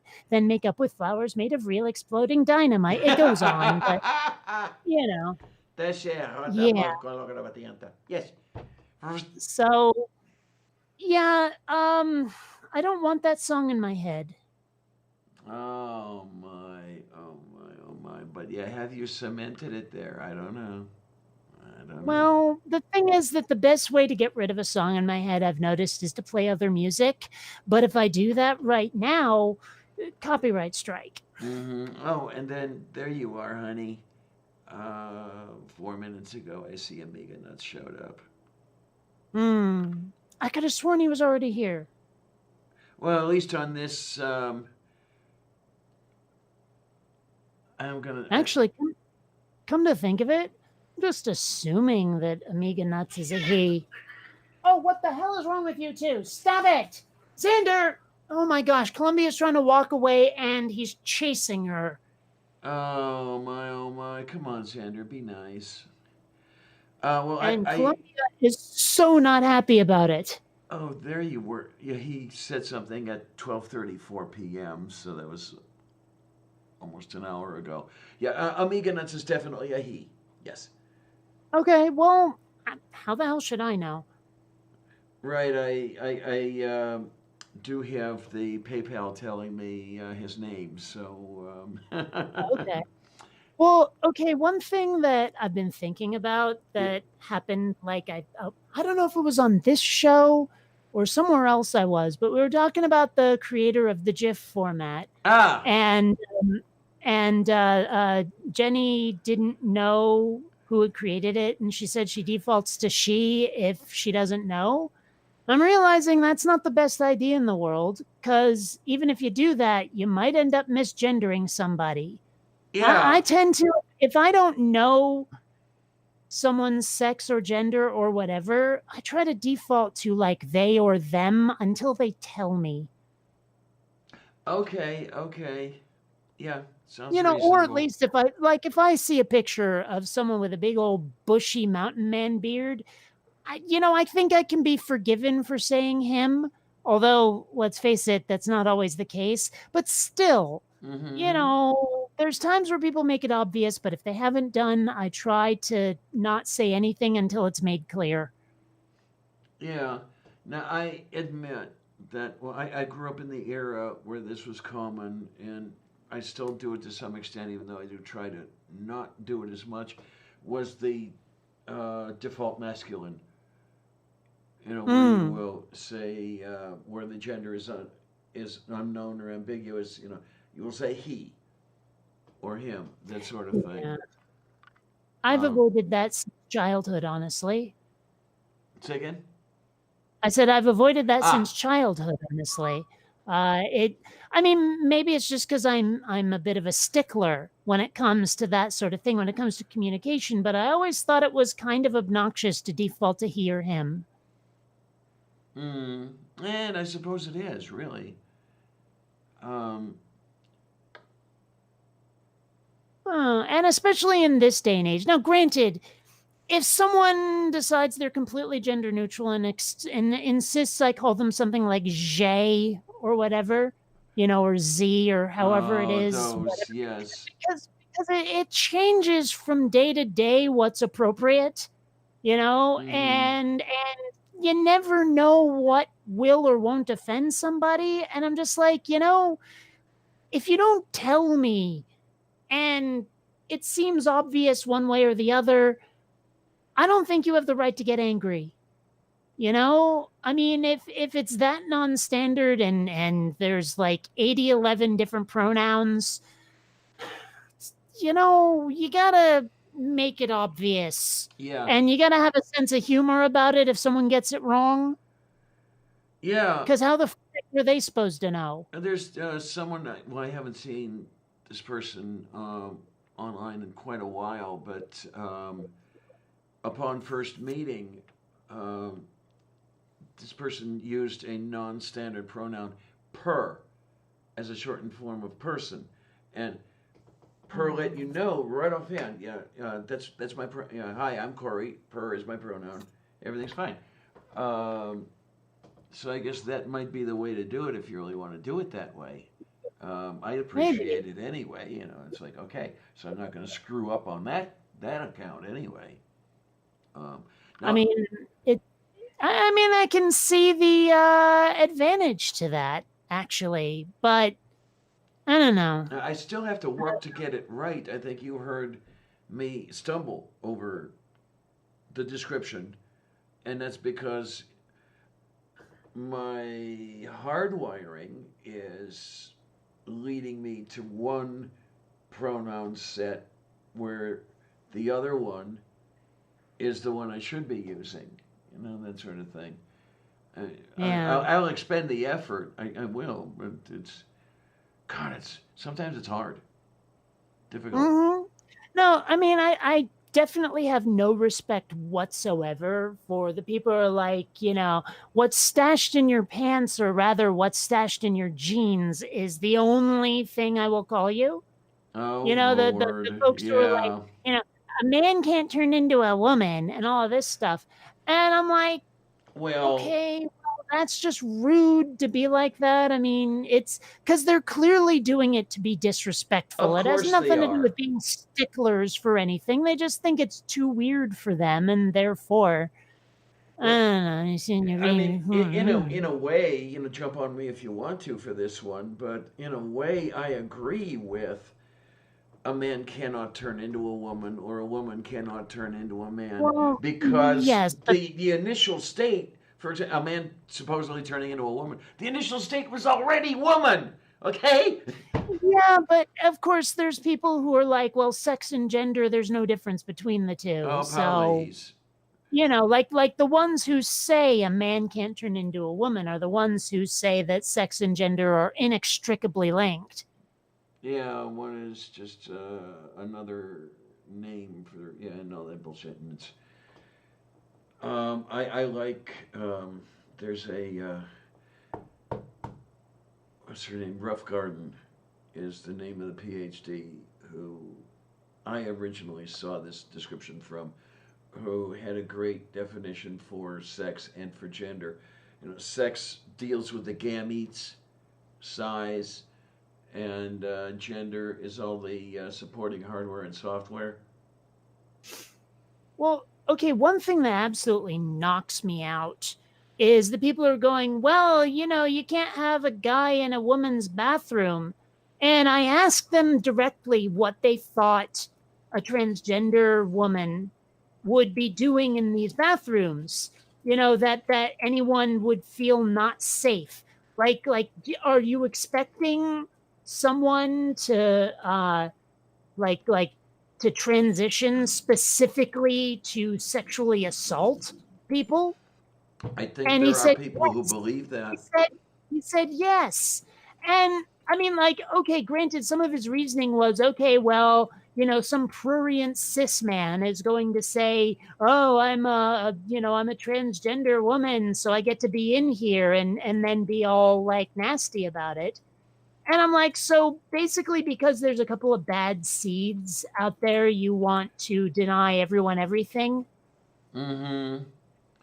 Oh, It's so obnoxious. It's kind of like the whole right wing thing of people might abuse the system, so we can't have the system. exactly what the right wing does, as a matter of fact. Yes. It's what I just said actually was the right wing does it, but okay. Oh, I thought you were Um, saying that the right wing described it. Okay, I'm sorry. I misheard you.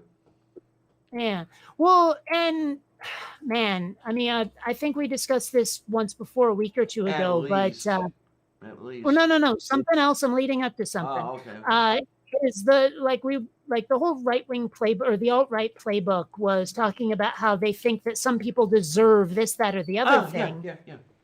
Well, Mitch McConnell flat out stated it. He said, look, if there are people who are getting a stimulus check, getting like $2,000 a month, they're not going to go to work because they get too comfortable. And he's Right. like, and also, I don't want anyone to get more than their usual wages, he said. Yeah. Where it's like, if you're not making $2,000 a month, I want you to get less, he says.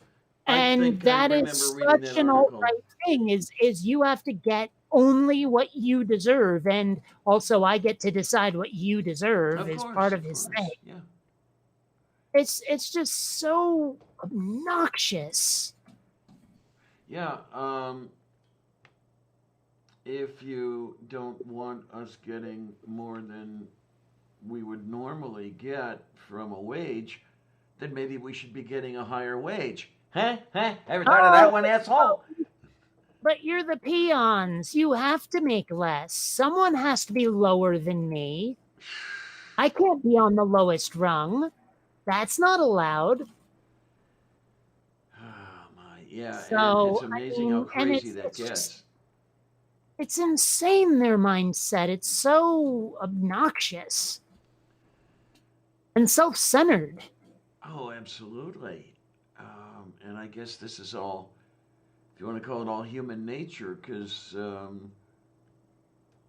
I don't know who would have come up with the original statement of that as a a formal statement, such as Nietzsche would have said or something like that.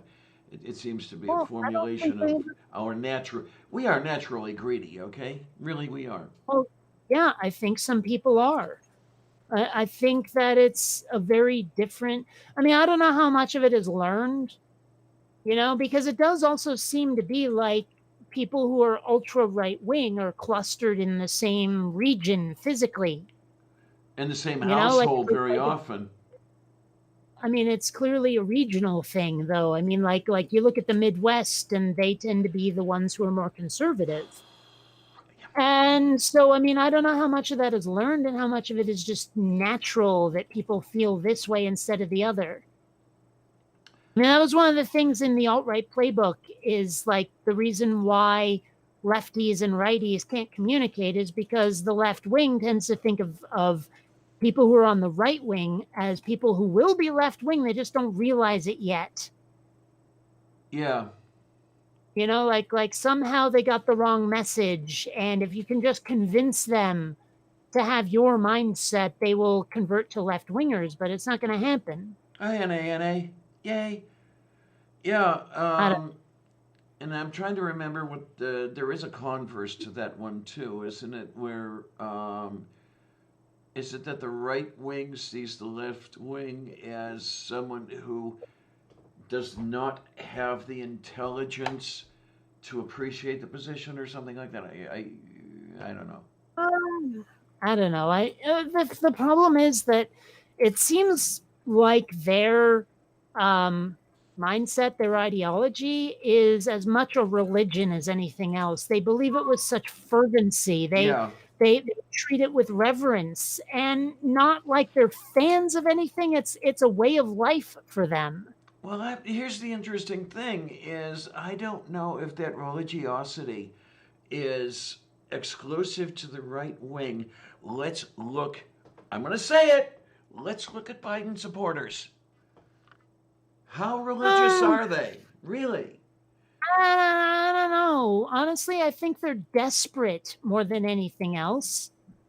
Because I mean, because they're looking for a solution. They're looking for not Trump. And I suspect if the nominee wasn't Joe Biden, they'd be just as behind them. yeah, I get that. It's where the heck was I going to go with this? I forget. Damn it. I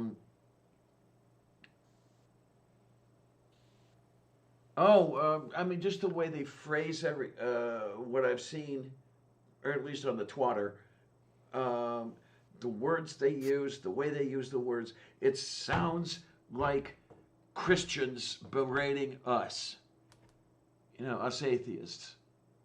The words are the same to my ear. If I'm missing something, please tell me. I mean, I guess kind of. It does have that sort of flavor of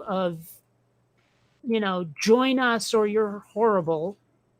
Yeah, You know, yeah. it's like repent unto the Biden or suffer the hell of Trump.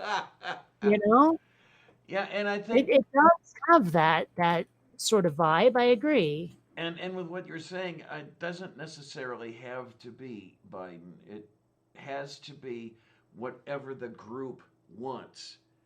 You know, Yeah, and that's you the want problem what is, we want, or yeah.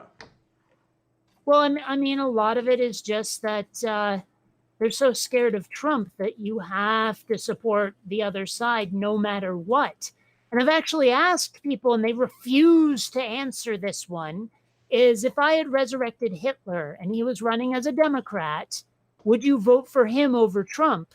And they avoid that question as hard as they can. I have actually seen someone post, I would vote for Hitler to oust Trump. And I sat in my chair and I stared at that post and I said, what the fuck is this? Well, it's Trump derangement syndrome, is what it is. I mean, people, as bad as Trump is, he's not as evil as people think. Mostly, he's just stupid.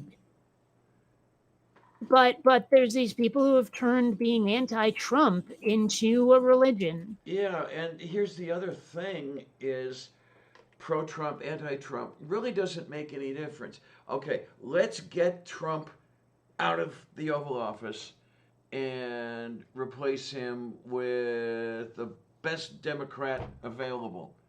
How much has changed, really? Because how much of the problem is the rest of the GOP? Well, I mean, I think one thing they're counting on is that if you vote Democrat, you'll also vote Democrat down ballot to try to, put people in Congress who are not right wingers. I like that. But I think that's not going to happen if the president or the nominee for president isn't someone that people want to vote for, because people will get out to vote more if the president is someone they want as president. Mm-hmm. Yeah, I mean, that's one of the reasons Hillary Clinton lost, is people just didn't want her as president. Yeah. And I'll say that the office of president is receives inordinate attention, but it is important. Yes, it is. I mean, especially when you come down to things like nominations to certain positions that don't require Senate approval. I'm trying to remember. Do ambassadors have to be confirmed? I don't know. Yeah, but a lot of the other stuff, most of the other stuff, almost all of the other stuff, requires an interplay. And this is why the GOP, at least as I see it, is going crazy trying to pack the courts, because they do see the possibility that they will be forced out of their offices, but they still want their legacy. Well, I don't know about. They're trying to force the Supreme Court to be configured in certain ways simply because they want to forestall any left-wing agenda. Mm-hmm. I mean, that's really what it is if they can get a bunch of right-wingers on the court, then anything a Democrat tries is going to be effectively hamstringed.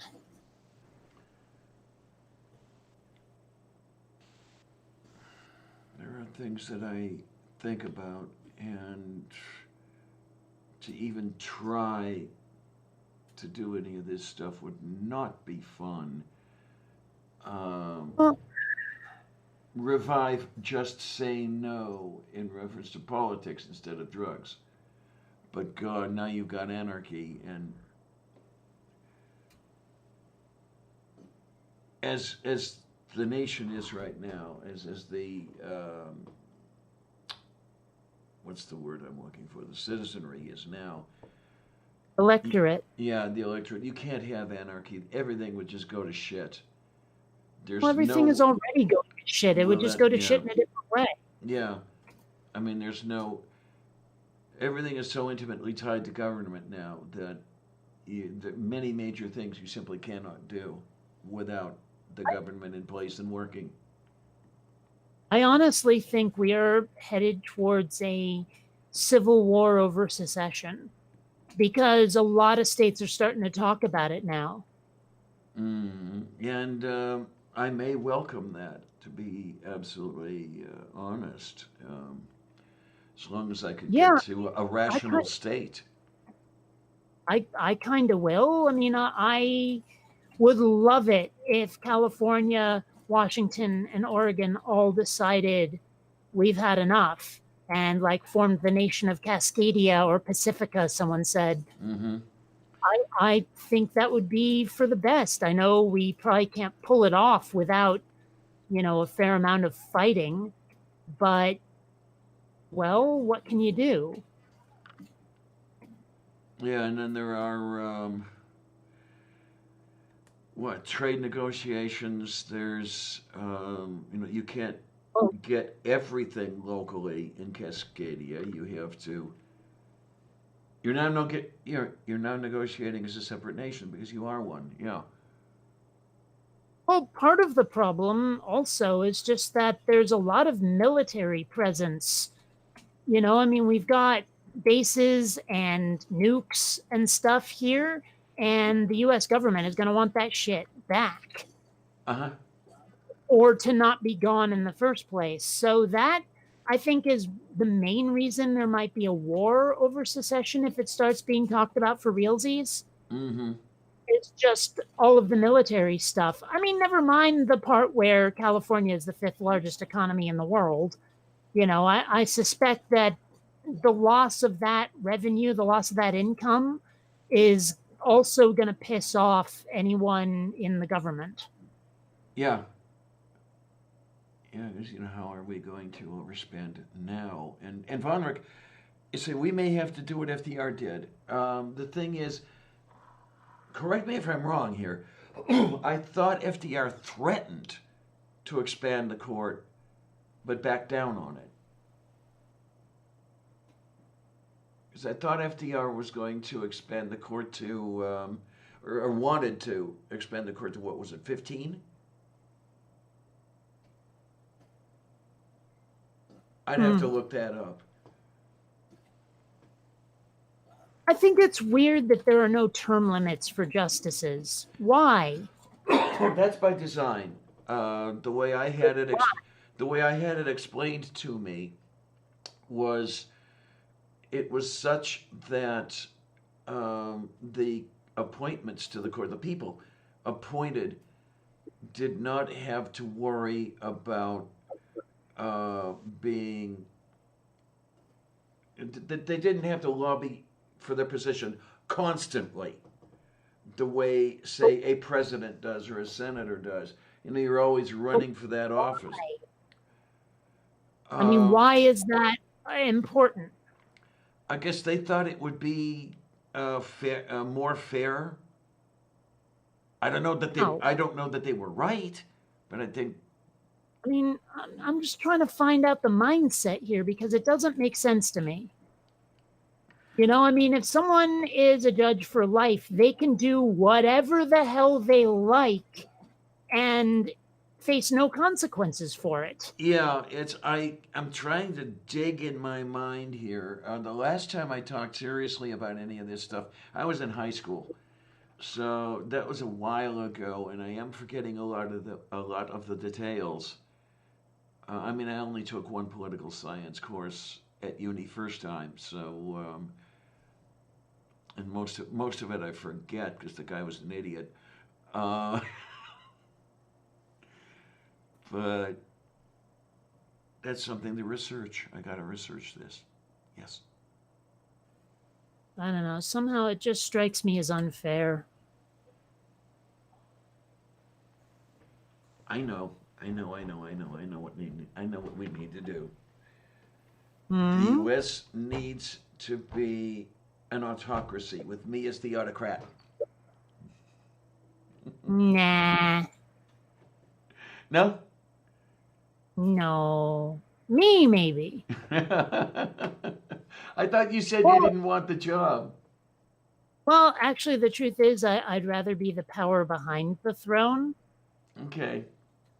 I think I'd be a lot better at it that way. Just because, well, I have way too much of a temper. I know this. And honestly, I suspect me giving speeches will not go over well with the electorate. I mean, I don't think people would vote for me. I really don't. You don't vote for an autocrat. Yeah, I know, but I suspect people would not be happy with me. And let's face it, if you're going to be an autocrat, you kind of have to like get into office somehow first. So people elect you and then you grab power, kind of like what Trump wants to do and what Hitler did. Yeah. Man, I really hope that when Trump's out of office, there's one hell of a reckoning. Yeah, You know? I spent some time thinking about this stuff. It's that weird shit you think about when you lie awake in bed at night. And I mean, if you think about this stuff when you're lying awake in bed at night, then you don't deserve to be lying awake in bed at night. But what is going to happen if Trump and the GOP get forced out of their respective offices?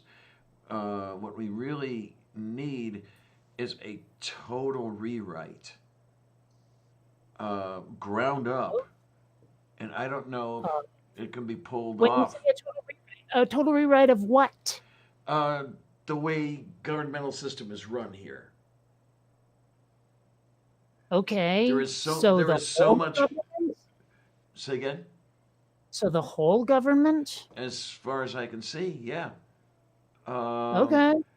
There's so much wrong with what's going on that it's sort of like trying to fix a house of matchsticks. You know, where you need to shore up that matchstick at the base, but if you work on it, you're going to dislodge everything above it, and it's all going to fall down anyway. So it's not going to be easy. I'm looking at what Von Rick says. The idea was that judges act on point of law over political views. That's exactly what they don't do. Mm-hmm. You know, that like every decision they make is about political views now. It's like this is a right-wing judge who will decide things along right-wing lines and to Hades with the law. Right, yeah. I mean, you know, it wasn't a justice who did this. It wasn't a member of the Supreme Court. But you look at when people were talking about impeaching Trump, and then they actually do impeach him, and then they move to trial, and every Republican voted for acquittal. There was nobody who didn't. And it was like, clearly Trump is guilty, but they didn't care. Right. Because he was their guy. Yeah. So, I mean, clearly the idea that Supreme Court justices are going to be like fair and unbiased, that's bullshit. I remember Aaron's surprise over Kitzmiller versus Dover, because you had a Bush-appointed federal judge sitting on this case, and he said how surprising it was that this person made the right decision by not allowing creationism in the Dover schools. So it's that whole thing. You know, he was expected to destroy the educational system, as the right-wing people who brought the case thought he would, but they were wrong. Well, one thing that so many people refuse to address difficult questions. And one of those difficult questions is, okay, you want prayer in school? Well, you're going to have to make equal time for every denomination, because it's always assumed prayer in school is going to be Christian. Oh, of course it is, yes. You know, so like I have never seen a right-winger address the question of what if it's not Christian prayer in school? You're opening the door to all kinds of things that you probably don't intend, simply because you assume that it'll be Christian prayer. Yeah, and if there's anything you really want to take note of, is the rapid rise of Islam. I mean, if you're a right-winger, you want to notice this, because Christianity is not necessarily going to be the majority religion here in the U.S. very much longer. Well, just need to look at the long range consequences. And that's one thing I've noticed is that so many people just can't see past the immediate moment. Right. And they also can't see past their own preconceptions. So when you point out to people, if once you guys are either out of power or once someone else gets a little more influence, they could easily use what you're trying to do against you. They don't listen. Mm-hmm. And it's such a weird blind spot that people just cannot see a larger picture. And of course, I assume that a lot of them are thinking, well, we're just going to outbreed the opposition, which in many cases they're trying to do anyway. But it's not just them, though. That's the problem. Is you again get the people with Trump derangement syndrome, and you try to point out to them that this is a cycle we've been in of lesser evil, worse Republican, lesser evil, worse Republican, basically starting at least around Clinton, if not Carter, right? Pretty much around Carter, actually, yeah. Well, this is what I'm saying. And you try to point this out to them, and you try to point out Joe Biden will be another step in that Joe Biden will be another lesser evil, and the next president will be worse than Trump. And they go, yeah, but we have to get Trump out of office. That's our number one priority, no matter what. I'm like, but there's a bigger picture, and if you do this, you'll make things worse. I don't care. Trump, Trump, Trump, Trump, Trump. Yes, absolutely. And what do you do with people like that? How do you convince them that they're being their own worst enemy? I cannot say what I'm thinking right now because this thing will get pulled down. But seriously, Trump derangement syndrome is one of the worst.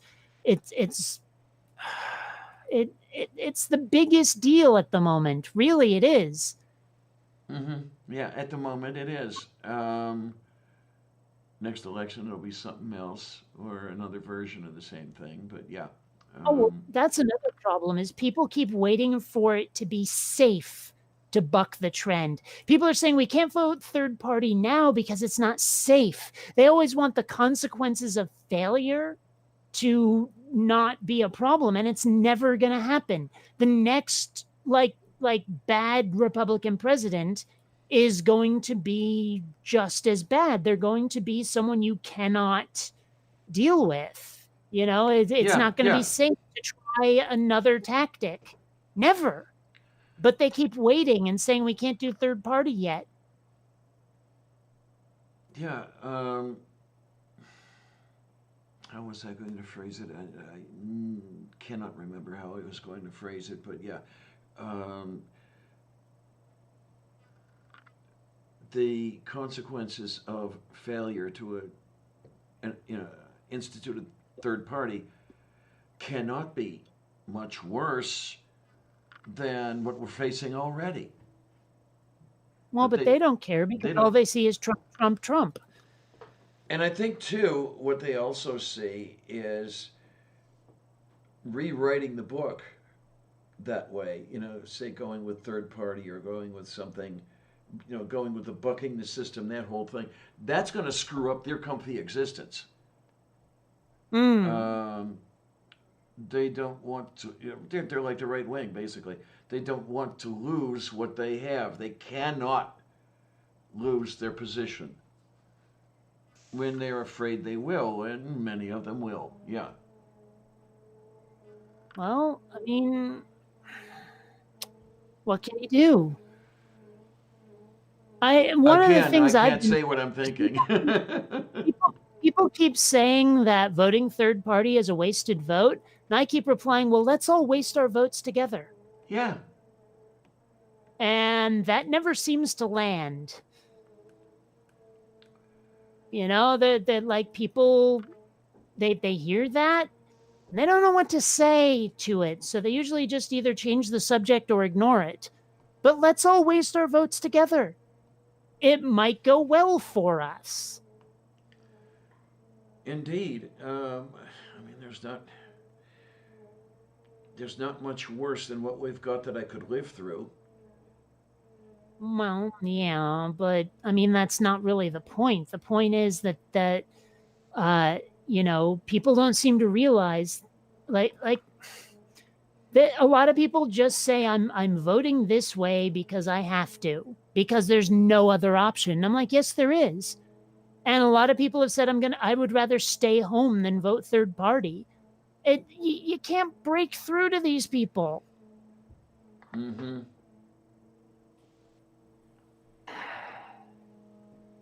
They're so stuck in the two-party system. And I think the only thing we can do is get ranked choice voting. But of course, the people who are in power don't want that to happen, because if we get ranked choice voting, they're going to get out of power. Yes. So they will never allow that to go through. And well, that's the main reason I'm only half joking when I say things like we need an autocracy with me as the autocrat.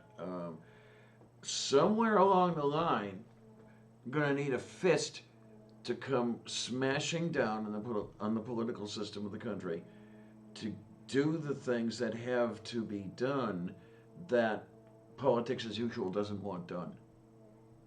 Mm-hmm.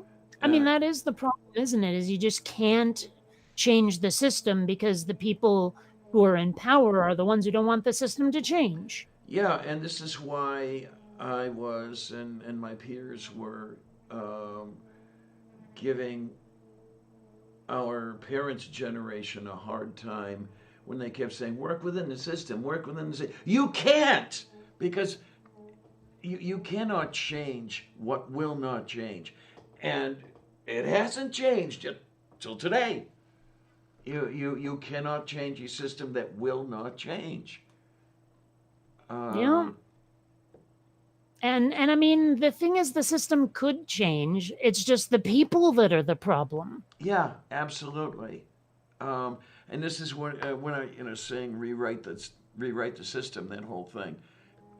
Franchise might be one of the major points to really, really think about when designing a new system of government. Because let's face it, you I know you're going to love me for this one.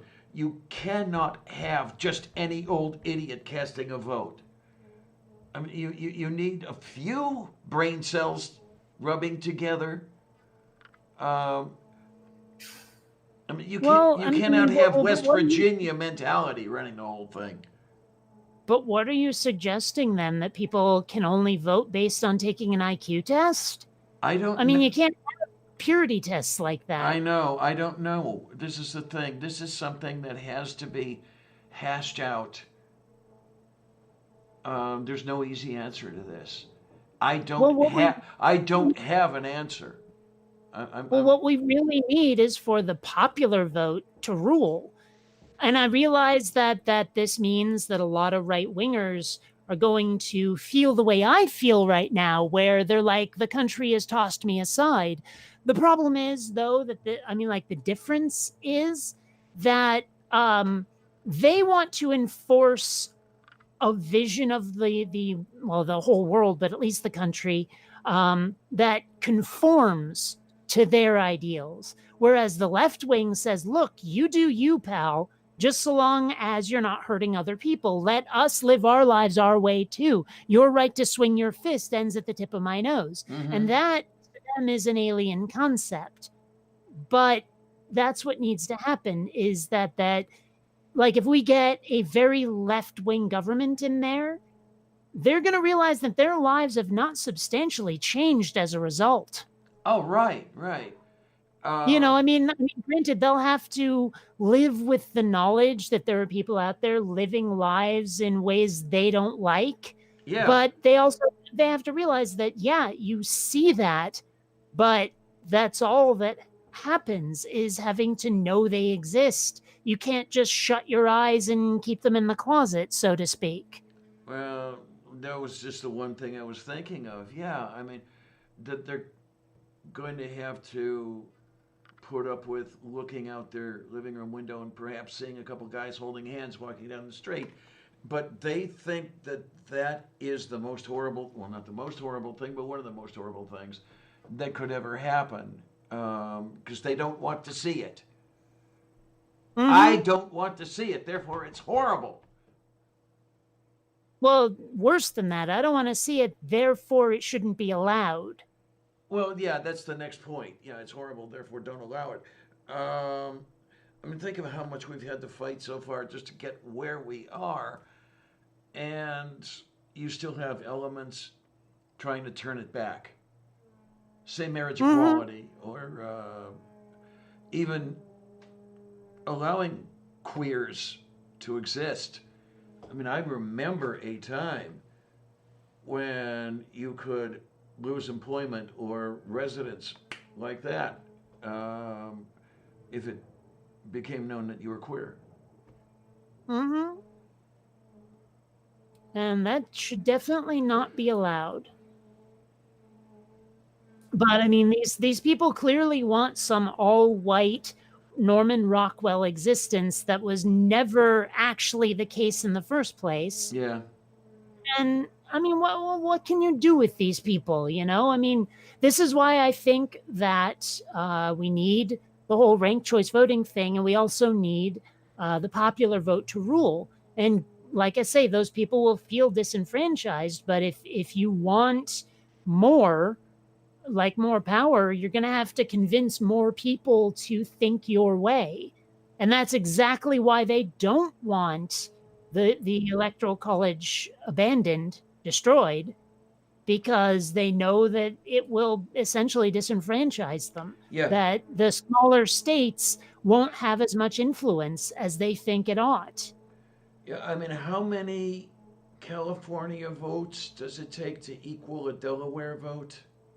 Something like 12, I think, maybe 27. I'm not sure. Yeah, it's and I've argued with people on this whole thing.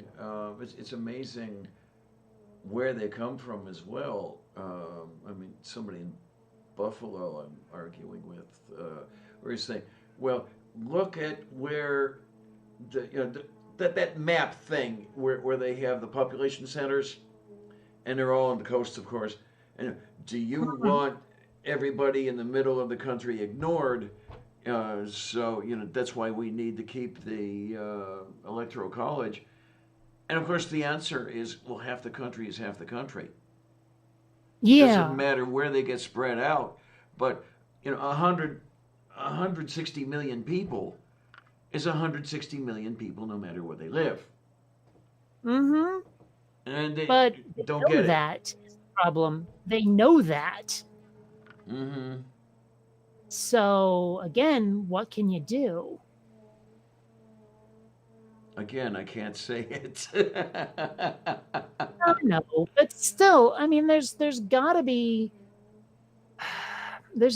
some way by which we take that excessive power away from them and make it be. I mean, that's one of the things, is I suspect that after a few years of living more like the left wing, they'll realize it's not so bad.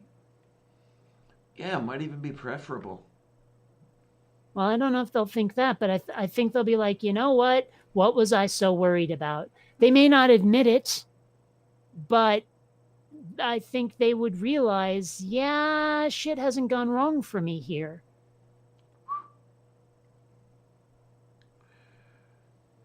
Yeah, one could only hope, and I don't know that hope will be fulfilled, but it. Well, and there was this thing going around Facebook for a while about, like, it was essentially, you people have to stop treating us in the Midwest like a bunch of ignorant hicks. But everything it described about the Midwest mindset, to me, just sounded plain disgusting. And I'm like, well, why should we tolerate your casual racism and your casual homophobia? That's not okay. You don't get to keep doing that, and you don't get to ask me for sympathy for it either. Yeah. I mean, you people have to.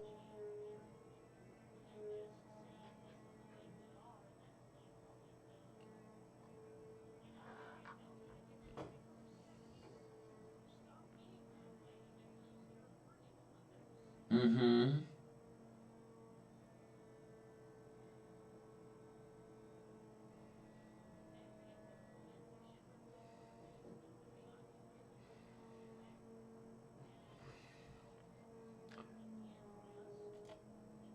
I'll give you in a minute here. Okay. Oh, well.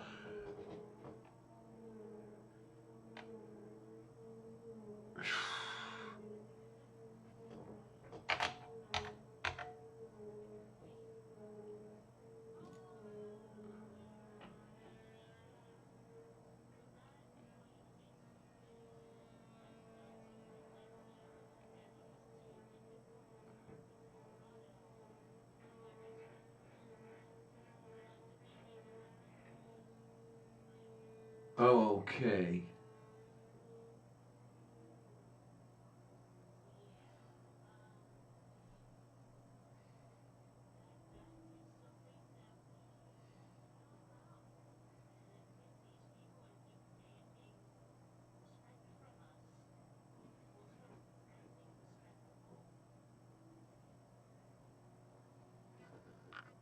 Yeah. I just ask these people to be respectable. They'll be respectable within their own group.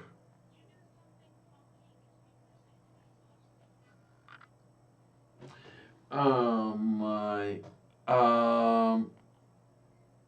Okay, I was looking at where the audio was set, but I did not change anything. Okay. And let's see what we're. Yeah. Okay. What? Oh, come on, you. Come on. Yeah, whatever it was that I did. Okay, so I'm gonna go here. I'm gonna go there. Okay, I don't know if this is what this is doing here. Okay, and then I'm gonna go down here. Hey, you. Okay.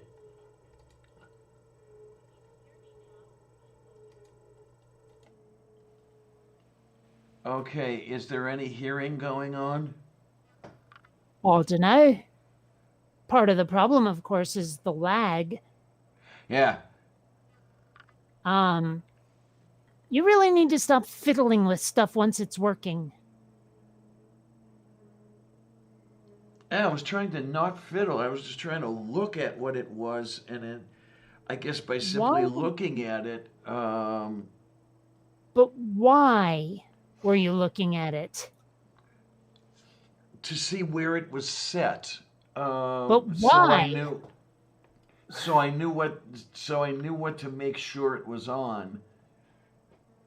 Ah, there we why? go. Yeah. But why were you doing it now? Because it's really difficult to do it when I'm alone. I don't know. It just seems to me like you shouldn't fix it when it's not broken. Okay, there we go. So everybody's hearing everybody. Yeah, what I guess I'm gonna have to do is there's a way that I can call in to one of these via telephone, and I'm gonna have to use that in a test just to get all these settings right. So I can do everything from my chair over here and not have to bother anybody. To do the testing. Moo. Well, at least it happened 2.5 hours in, okay? Instead of right away. I have to write a new checklist, honey. It appears that when I moved things around in here, something got changed.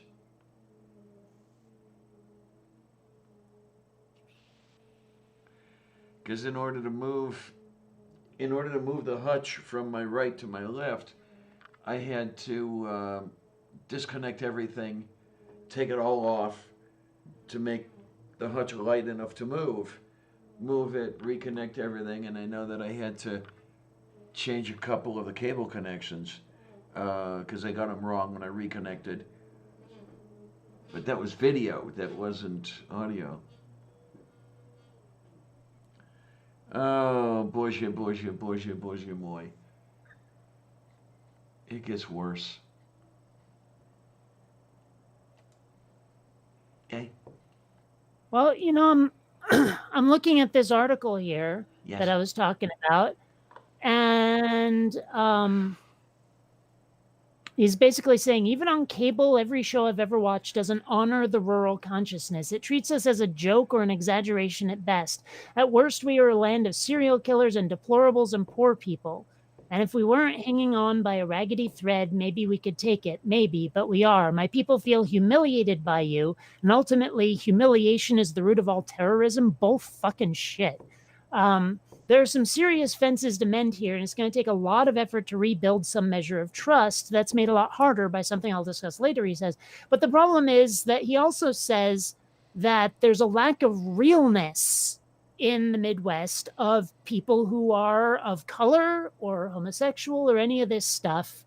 And he says, my family has had to learn hard why black jokes aren't cool after my sister married a black man from Chicago.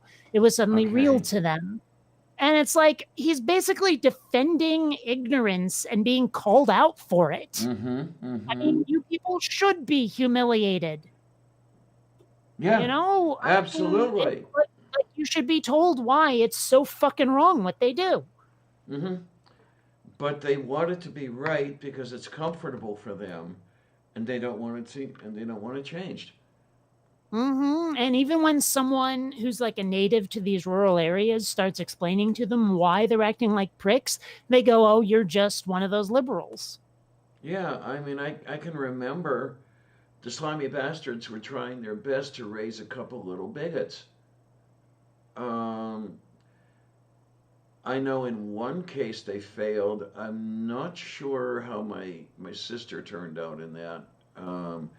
I didn't talk to her enough to know her entire mindset, but let's remember that she was a hyper-religious Pentecostal. Well, that's redundant, but that's beside the point. She probably would not have approved of me, for example. Shitsky. But yeah, I don't know where I was going with that.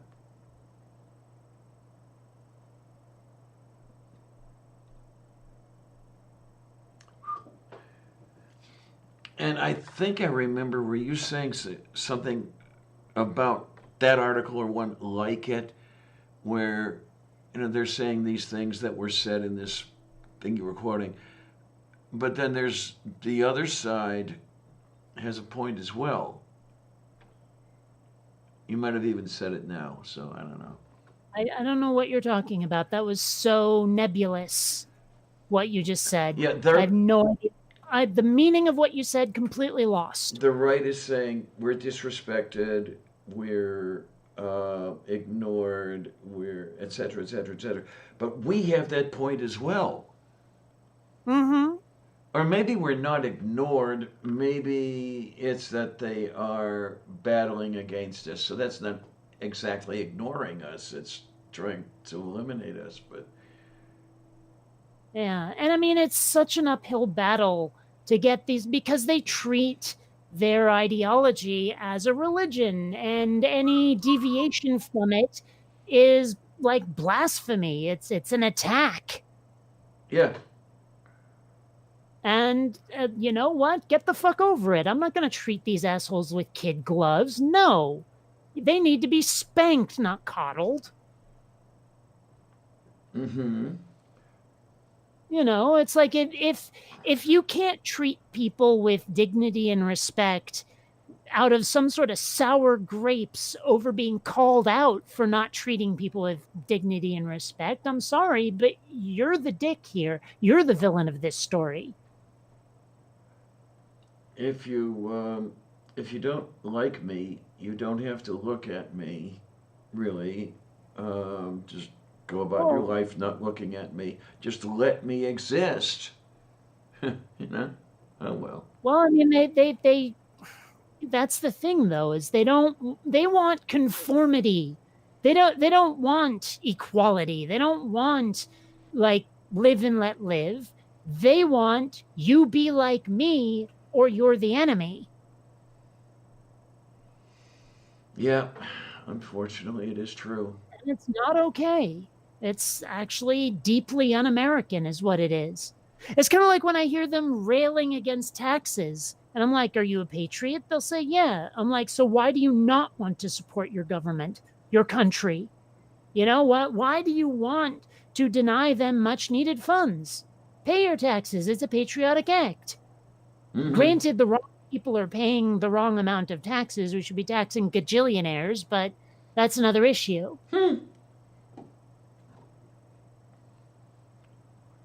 It's just so frustrating.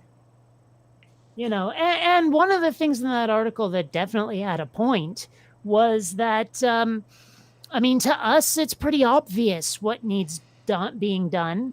And yeah, I guess we might just treat people who don't see it as obvious as complete idiots. But you know what? That's not unjustified. Yeah, there you are.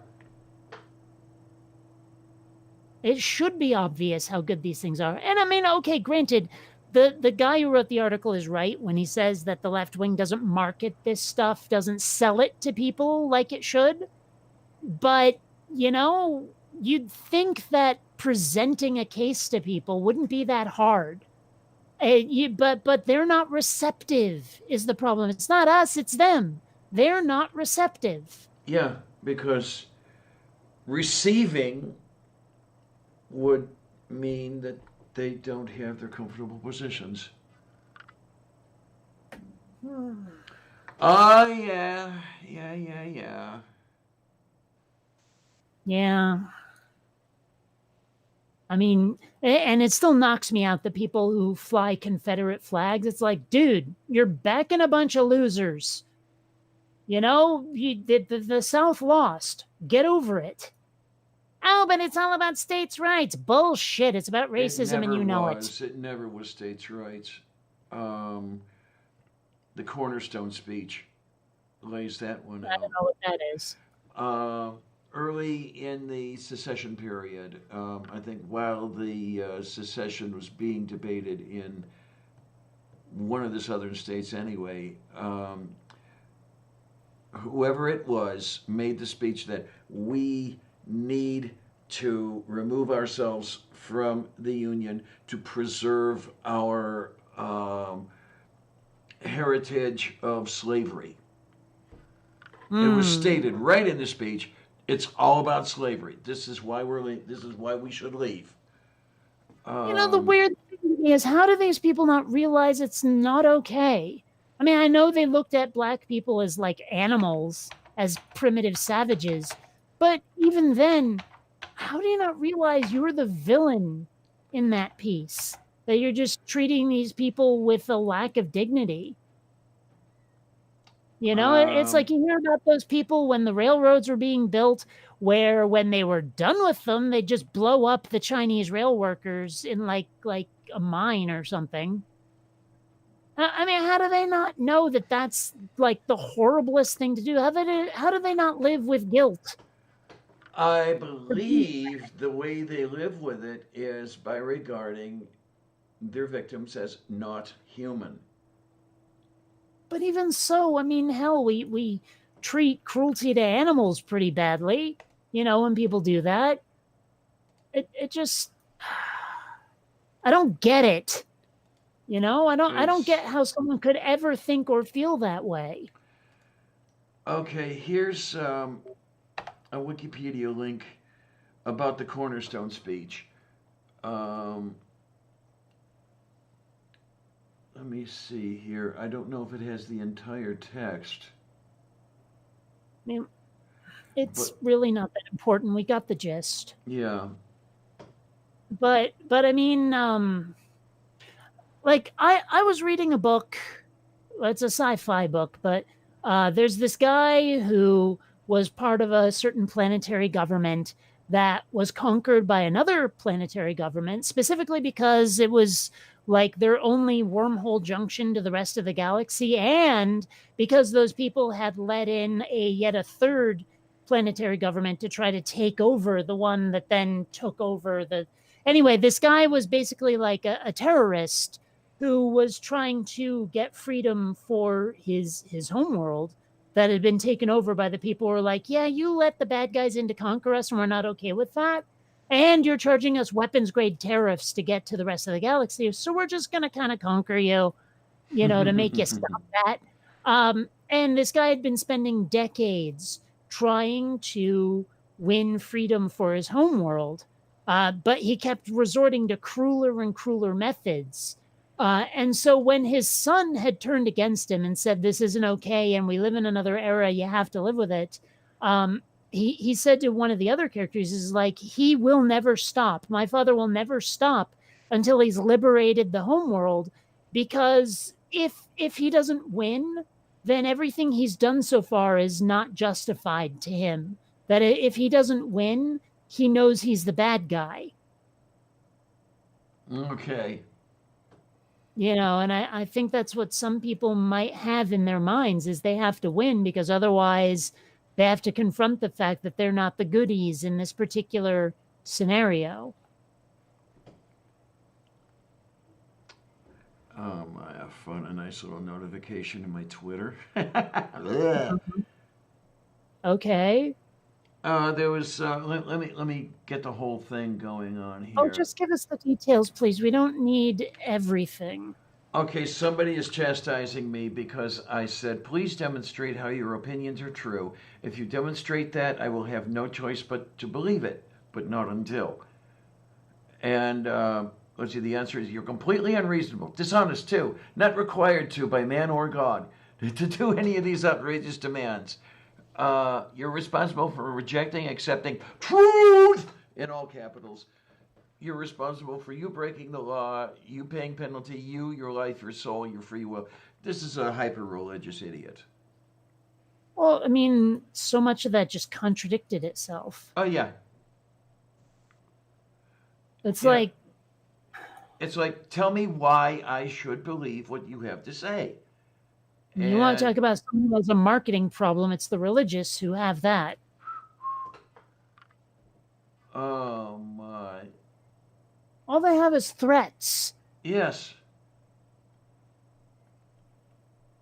It's like, no, we have no intention of building bridges. Conform or, eternal torture. And torture in life, because, Well, this person's bio is, Jesus rules! In all caps. So, I mean, like when people say Jesus H. Christ, you know what the H stands for? I'm not sure. Is it holy? Is it what? Nope. Herald. Herald. Okay. Yes. Our Father who art in heaven, herald be thy name. Okay. Yeah. Okay. That had never crossed my mind previously. Well, it's actually a really old joke. I wish I could say I made it up, but I didn't. Yeah, my go-to has always been Jesus fucking Christ, but that's another story entirely. I actually combined a whole bunch of different like ways of exclaiming Jesus this, Jesus that into sweet zombie jumping fucking Jesus. There's no bicycle in there, though. You got to put the Jesus on the bicycle. Nah, that's just over egging the pudding.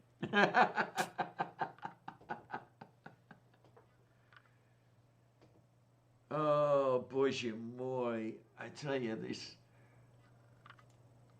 I love social media. I mean, you see where all the idiots are. Yeah, it's amazing how much our lives are open books now. But what's even more amazing to me is the boomers who don't get it, who remember a time when you could just sweep everything under the rug and people didn't have access to information the way they do now. Yeah, yeah, And yeah. so, like, a lot of politicians relied on an uninformed electorate. Oh, And yes. you can't do that anymore. Like, I think Joe Biden figured that all of his sexual assaults would never come into the election because they were so many years ago and people would never hear about it. And now it's all coming out, and I think he has no idea how to deal with it. I mean, hell, this is the guy who during the debates said that parents need to get their kids to listen to record players. I didn't see that one. Oh man, it like you hear that, and it was this weird stumbling senile, like I hesitate to call it a rant, but like you look up like Joe Biden and record player, and it's just one of the weirdest things you've ever heard anyone say. It's like he was off his meds. I have to wonder about his mental state. Yeah, definitely.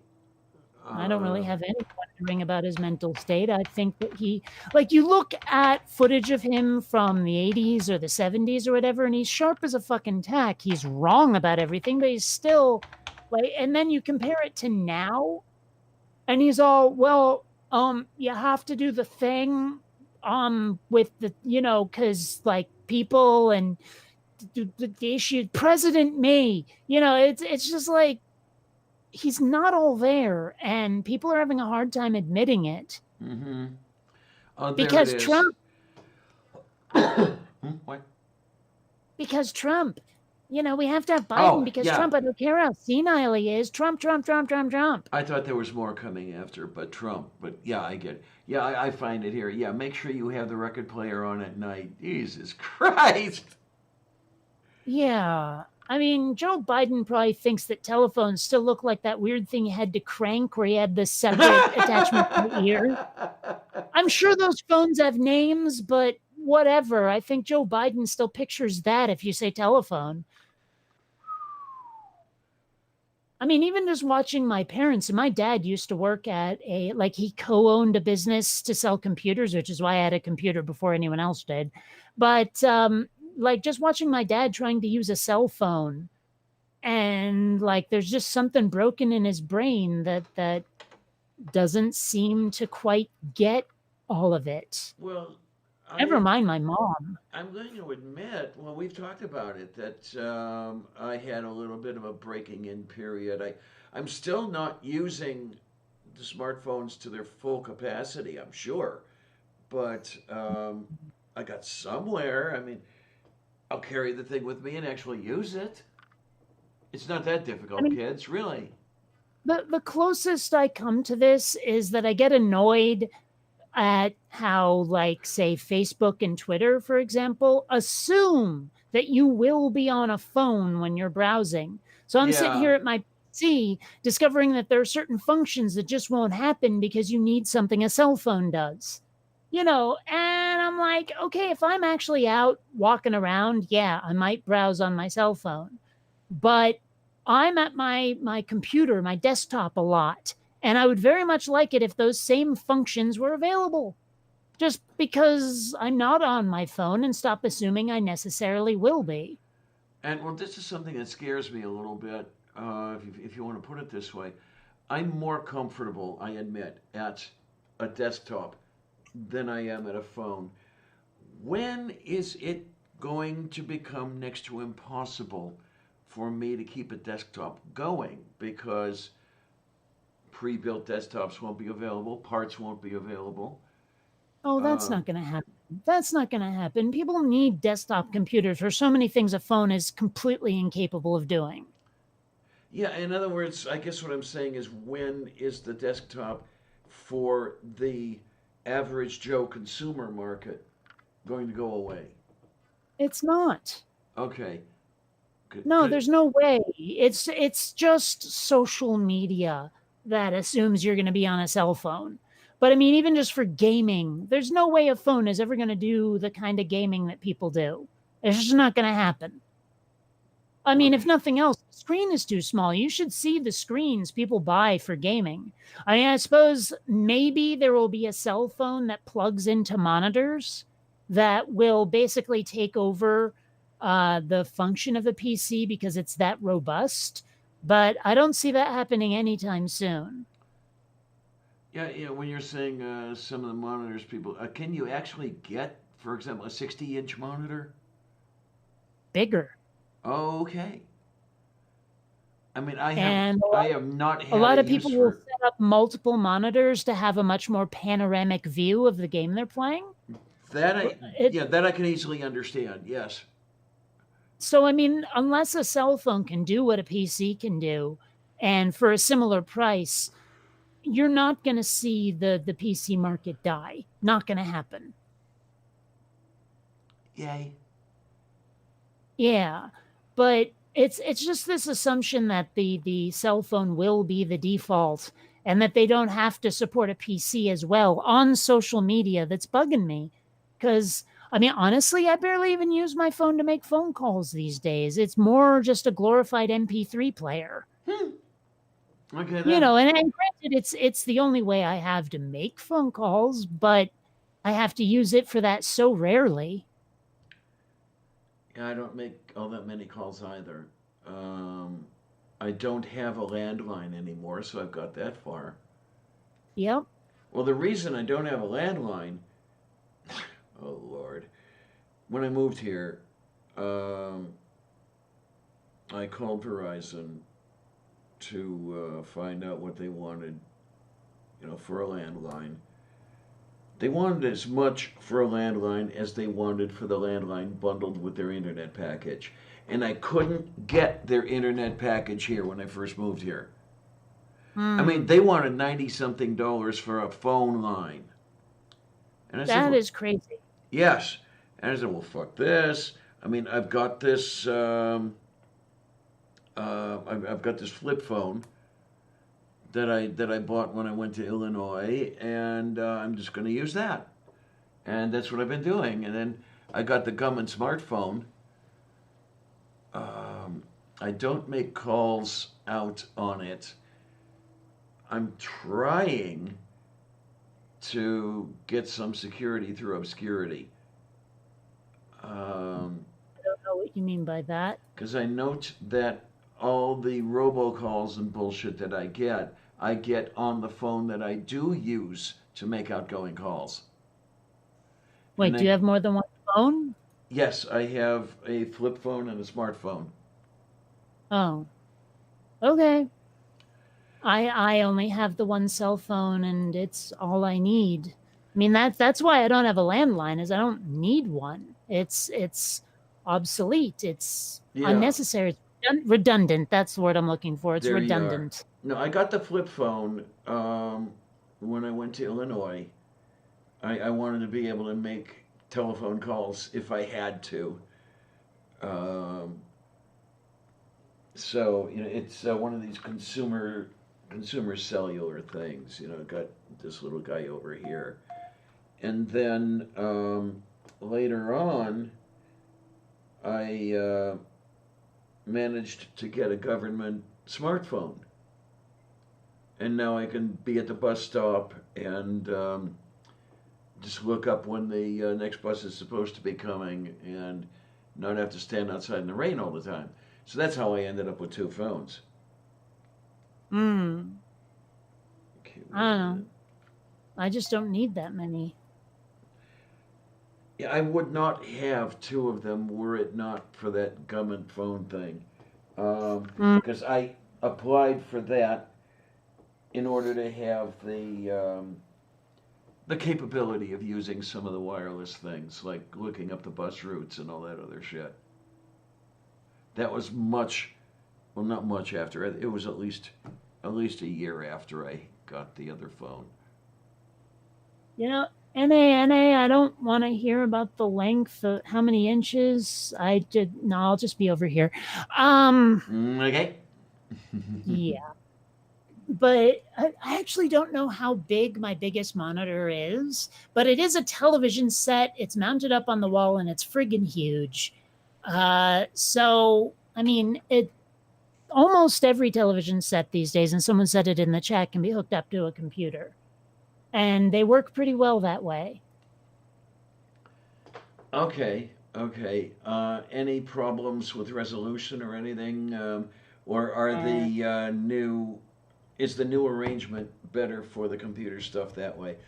Because the old raster system that you had on the analog television sucked arse when it Well, came. I mean, I've never had problems with frame rate or resolution. It looks really good unless you put your eye right up against it and you can see each individual pixel that way. But I mean, one real big advantage is that you don't need a screensaver if you don't want one. Ah, Because unlike the CRT, you will not burn an image into the monitor. right. So that's a plus. Yeah, I really like the new monitors. Those, yeah. If you left the old screens on, you get all sorts of problems. The burn in and everything else, and that was not nice. And they were heavy as hell to move around too. Yeah, it's funny like watching old movies and TV now and remembering, oh yeah, I used to have a monitor that gigantic. I mean, man, they took up so much desk space. Yes, absolutely. I at one time had, I think it was a 15-inch monitor that must have weighed 25 pounds and was gigantic. I mean, only one of them would have fit here.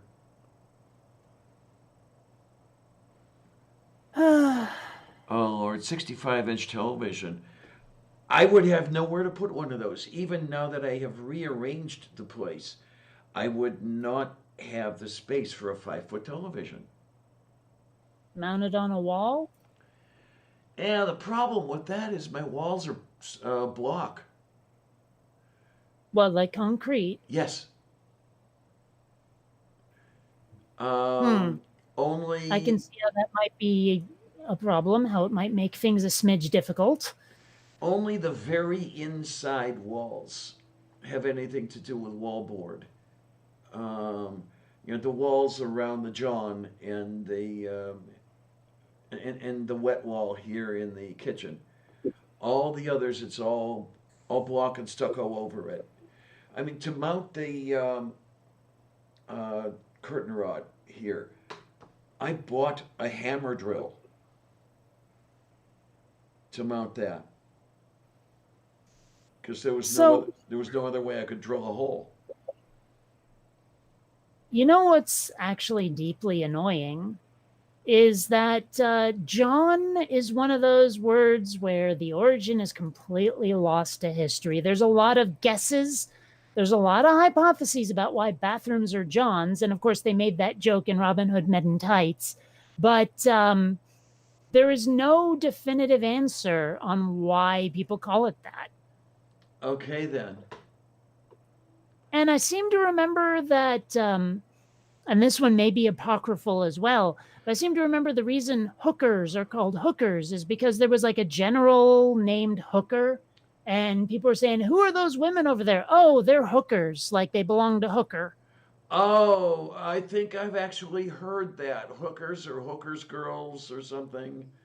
Something. Yeah, something like that involved the name, yeah. So, but I mean, again, the origin of that name, totally lost to time. There's only guesses. So wait a minute. Okay, you had General Hooker. Did you have General Blackjack too? No. I'll make my own, whatever it is, with blackjack and hookers. Yeah. In fact, forget the blackjack. There you go. I'll be over there. Yeah. My. I get it in ANA. Yeah, I want a giant television, but can't get to buy one until the 12-year-old television dies.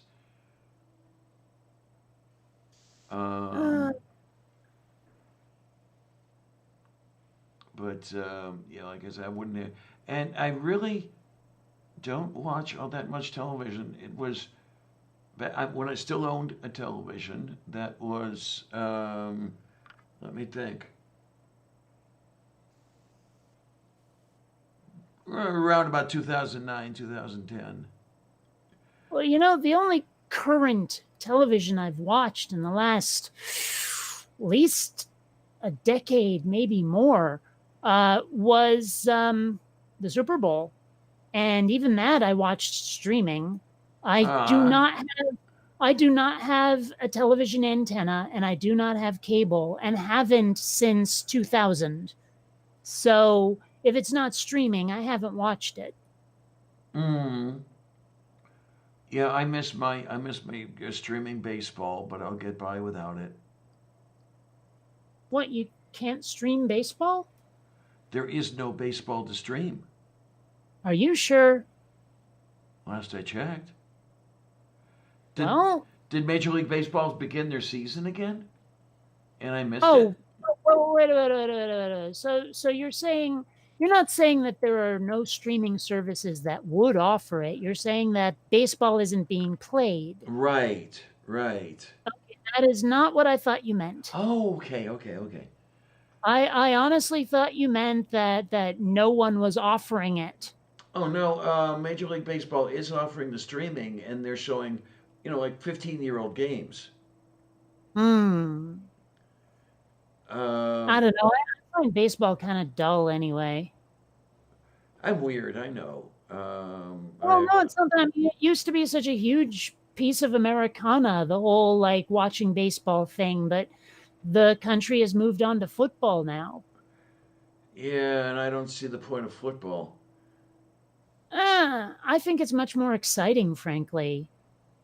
I mean, back when I was in junior high school, and high school, the coaches all wanted me to play because I was a big kid. Well, And rather like George Carlin, I couldn't see the point of 11 guys lining up against 11 other guys, beating the shit out of them and taking their land. well, it's pretty interesting. I mean, when I've watched, like, again, I only watched the Super Bowl, but when a guy like fumbles a catch and the other team gets their hands on it and runs it into the end zone for a touchdown, that's exciting. They don't really have that in baseball. Oh, I wish. God, I wish you could have been at Wrigley with me back in 17. Um, the Reds are in town playing the Cubs, and by the second inning, the Cubs were behind 9-0. Then in the sixth inning, you had 4 home runs in a single inning, with 3 of them consecutive. You should have heard oh my God, the place was shaking. The cheering that was going on. Just to see the crowd, listen to the crowd going absolutely nuts. And they came back to tie it. And unfortunately, they ended up losing 13-10, I think it was. But wow, that was one hell of a game. Yeah, but I mean, each individual play is so, I don't know. It's when I watch one play in football, it seems like, well, it's like, I don't have a good analogy for it, but there's something really, really, really exciting about it. Where in baseball, it's like, oh yeah, one dude threw a ball, another dude hit it with a stick, they ran a little, yay. It just, it's hard to care. Like Rome says, sports ball. Yeah, I don't know. I seem to remember there was a game called Blood Bowl where it was literally like lethal football. I think it started as a board game and got turned into a video game. I'm not sure. I could go for that. And I also think that like half the players were orcs or something. Well, if I remember right, it was set in like the Warhammer 40K universe or something. I don't know. I'll have to look it up. but That sounds just like the funds. Many much the funds. yeah, high elves versus orcs. But it did start as a football game or a board game. Yeah. You know what I like, Uh, Von Rick, is Australian rules football. That's probably as close to Blood Bowl as you're ever going to get on planet Earth. It's crazy. Um, it's a melee. Well, and don't they like wear absolutely no shoulder pads or anything? Right. Or am I thinking of rugby? That might be rugby. Well, as far as I remember, Australian rules is technically a branch of rugby. Okay. It's just a little crazier. Back when I had cable, one of the really nice things about it was I was able to get Australian rules games. And yeah, me and the X would just sit there, or, no, I hate that. The X and I, let's get the case right, let's get the order right, would sit there, tossing back a couple and just laughing at the whole thing. And it was so great. It's funny. I was telling Jen not too long ago that I kind of felt lied to by Hollywood because, I hear her speak and I'm like, you're not using any of that Aussie slang we were led to believe. Oh, that Jen. Okay. Yeah. Because, well,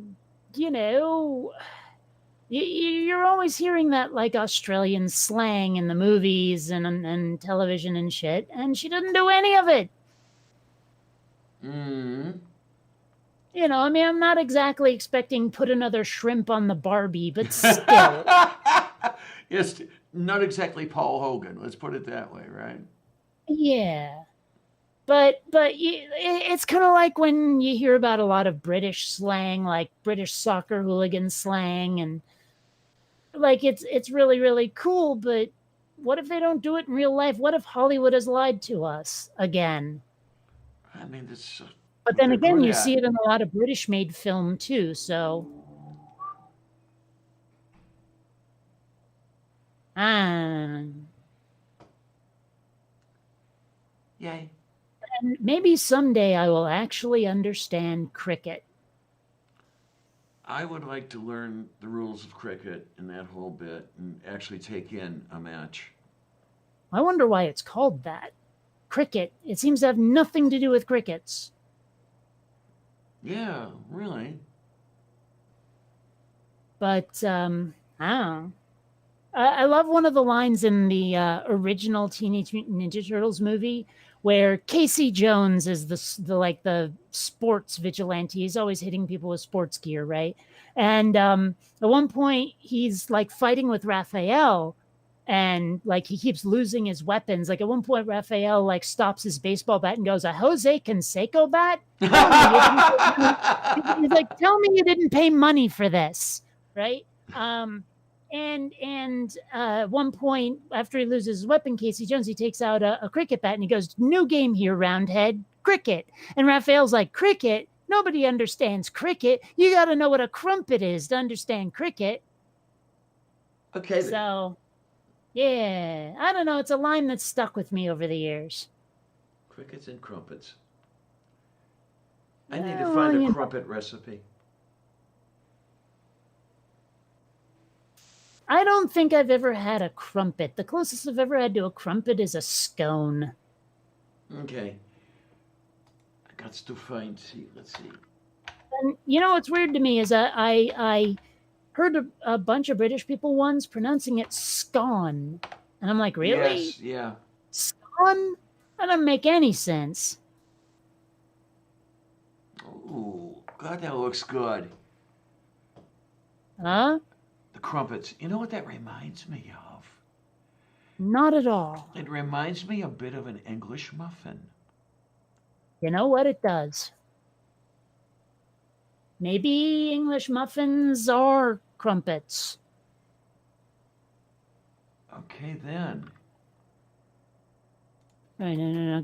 I almost typed in crumpet, and that's gonna come up with the Yeah. And I love it. English muffins. Can't get enough of them. Let's see. Okay, crumpets versus English muffins. What's the difference? Homemade English muffins are one of those things we whip out whenever we want something extra special in the morning. A birthday brunch, in-laws are in town, you name it. One guest recently asked about the difference between crumpets and English muffins, and we were honestly stumped. With good reason, it turns out. One thing that all the blogs, websites, and cookbooks seem to agree upon is that crumpets and English muffins are two different creatures. Where they all disagree on is actually how. Mm-hmm. So And what I'm seeing here, I don't know if they're referring to English muffins here. And they say crumpets are distinguished from similar sized muffins by being made from a batter rather than a dough. So from that sentence, I'm getting that a crumpet might be a really thick pancake. Maybe? Well, given some of the websites that I saw that were comparing them to pancakes, yeah. It looks like part of what they do, though, is they put this little frame around it to keep it in that small shape, and I guess to make it fill the metal, like it's like a cookie cutter. Yeah, and well, I'm getting that impression from one of the pictures I'm seeing here. I think it rises within the cookie cutter. Okay, while it's cooking. Okay, then. Yeah. I also saw something that said one of them, I think it's the crumpets, are always made with milk, and English muffins are never made with milk or something. I don't know. No, this is not what I want. I do not want to look up a crumpet recipe. I want to look up a crumpet recipe. It's funny, though, with the whole like accidentally typing in comfort. I remember there was a picture that was going around for a little while of this girl who was showing off her brand new wedding ring. And what she didn't realize was that around her wrist was still the bracelet that said "cum slut." Yeah. All right. And so it basically said, like, yeah, you want to be careful before you take a picture of this stuff. Move beef. Okay, what do we got here? All right. Ingredients: 1.5 cups milk, 3.5 cups all-purpose flour, 1.25 teaspoons of active dry yeast. Try getting that stuff right now. 2 teaspoons sugar, 1.5 cups of water, lukewarm, teaspoon of salt, teaspoon of baking powder. Okay, steps to make it. 1. Gather the ingredients. Well, it makes kind of sense. Number 2, first warm the milk in a saucepan. Wait, how can it be first if it's number 2? We'll get back to that later. Make sure that it is warm but not boiling. Okay. 3, skim off any foam from the top. 4, whisk together the warmed milk, flour, yeast, and sugar in a large bowl. 5, once combined, add half the water and beat into the batter. 6, continue to add more water until the batter is thick and smooth. Stop adding water once it reaches the consistency of thick cream. Number 7, cover with plastic wrap and leave in a warm draft-free place until foaming. This should take about an hour, but can be up to 2 hours. Whisk the salt and baking powder into the batter. 9, heat a heavy-bottomed frying pan on the stove until hot but not smoking. I have a hard time with that every time. 10, moisten a paper towel with a little oil and grease the base of the pan. Ow! 11, place 1 ring in the heated pan. They assume you know what a crumpet ring is, I guess. And well, that's the cookie cutter looking thing I was telling you about. Yes. Pour in enough batter to fill just below the top of the ring.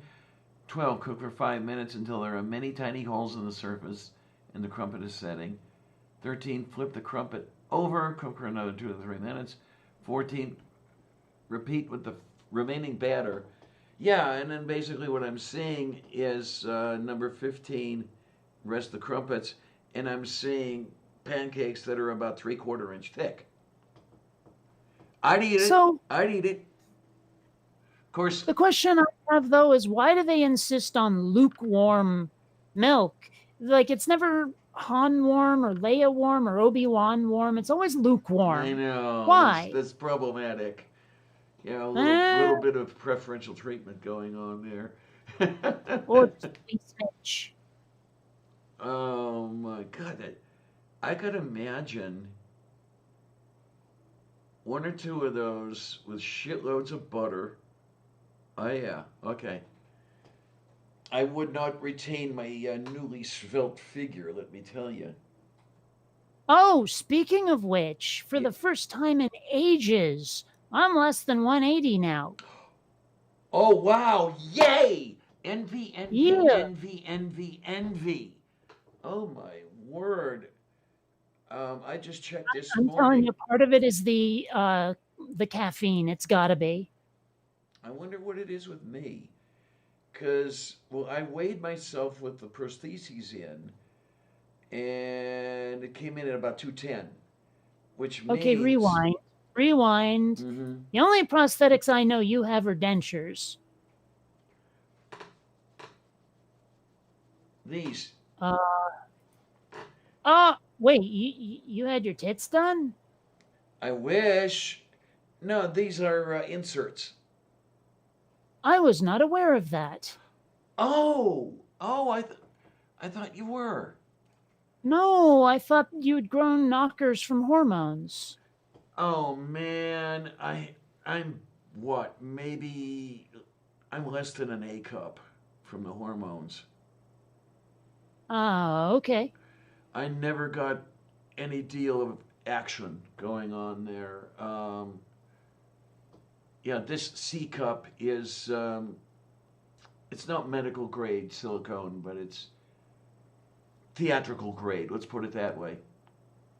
Yeah, I was all kinds of not aware of that. Oh, okay. Well, it's never come up before. Okay.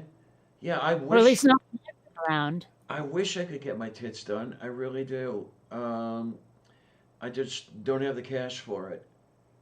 I see. Yeah, I mean the whole thing is cash. Well, of course it is. I've heard some of the prices from my trans friends. It's insanity. Yes, and a lot of the girls pay more for the electrolysis than for the surgical procedures.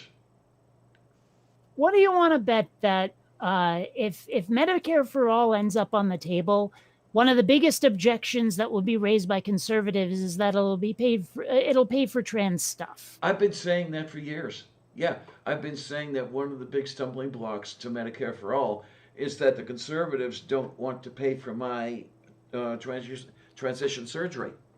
Yeah. Mm-hmm. Well, that actually raises a question I'm curious about. Mm-hmm. I mean, assume for a moment that transgender stuff does get paid for by something like Medicare for all. Just suppose for a moment. Sure.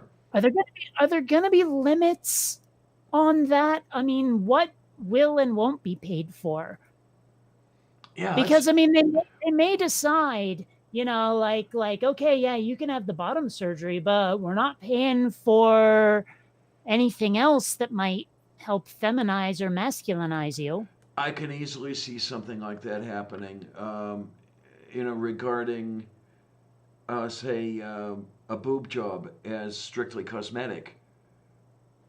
And I suppose they'd even have a hard time with calling crotch surgery anything but cosmetic, but,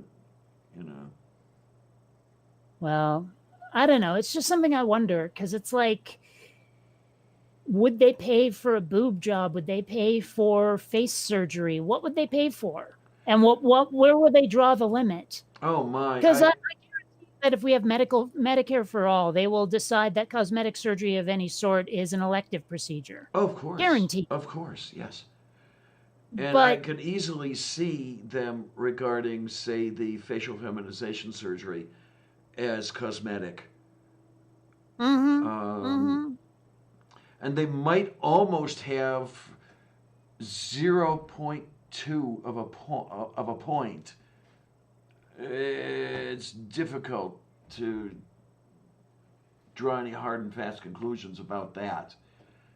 Now, as far as I'm concerned, and of course nobody listens to me, the crotch surgery would definitely be life affirming.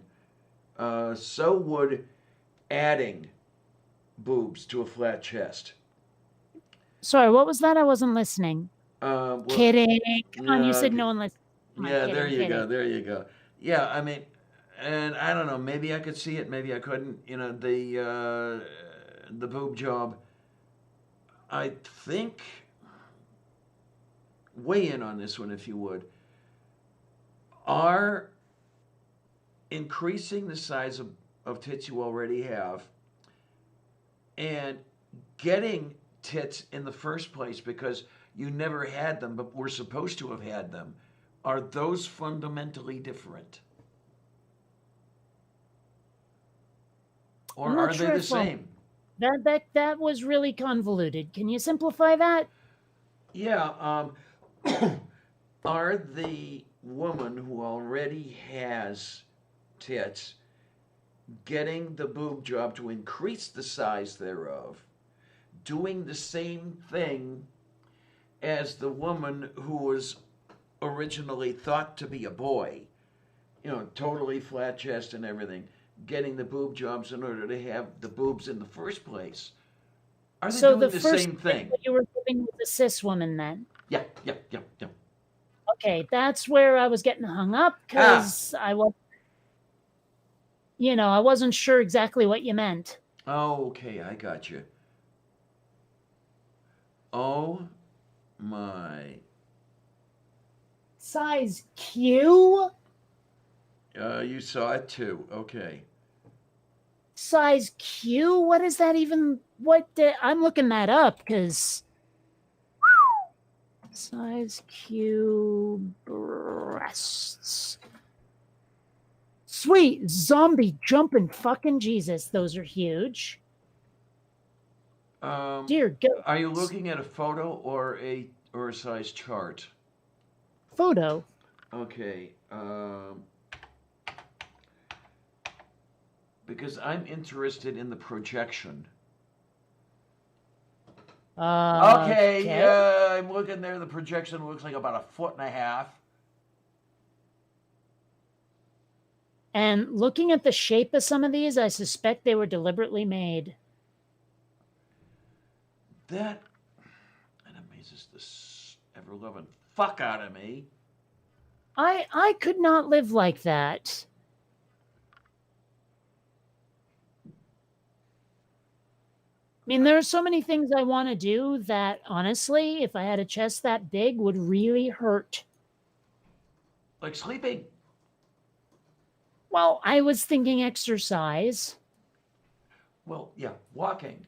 You know, pound. Jesus Christ. Well, and not to mention playing all that VR. There is no way I could play Spark with a chest that big. It would really start to hurt after 5 minutes. I'm looking at, I don't know if you've seen this picture. You might very well have the picture of Annie Hawkins Turner, the world's largest natural breasts. Oh, yeah, I saw that. Yeah, I mean, each of them looks about the size of a small child. Yeah. How do you walk around like that? I am having absolutely no idea. Guts, the pectoral muscles must be torn to shit. What's the back look like? Do you have scoliosis? I mean, sincerely. I've definitely heard of women having weapons-grade back problems. We work with simply because of the size of their chest. We work with one of them. Mom Nato's got a heck of a back problem. And she's size size I. I suppose maybe I should be glad I'm so flat that the walls are jealous. Oh, please. Oh, please yourself. It's true. What do you call flat? What I got? That's at least a B cup, no? Not even slightly. Okay. Well, let me get a good comparison. Yes, Google Images, B cup. Nope. Nope. Huh. Okay. Ew, I didn't need to see that picture. It's like some dude with moobs who grew a tit only on the right side. Oh my. Yeah. Yeah, that sort of No, shows. we're definitely talking A cup here. Well, I mean, when I'm looking at, okay, okay, you in a t-shirt or whatever it is, I'd kill for even that. Okay.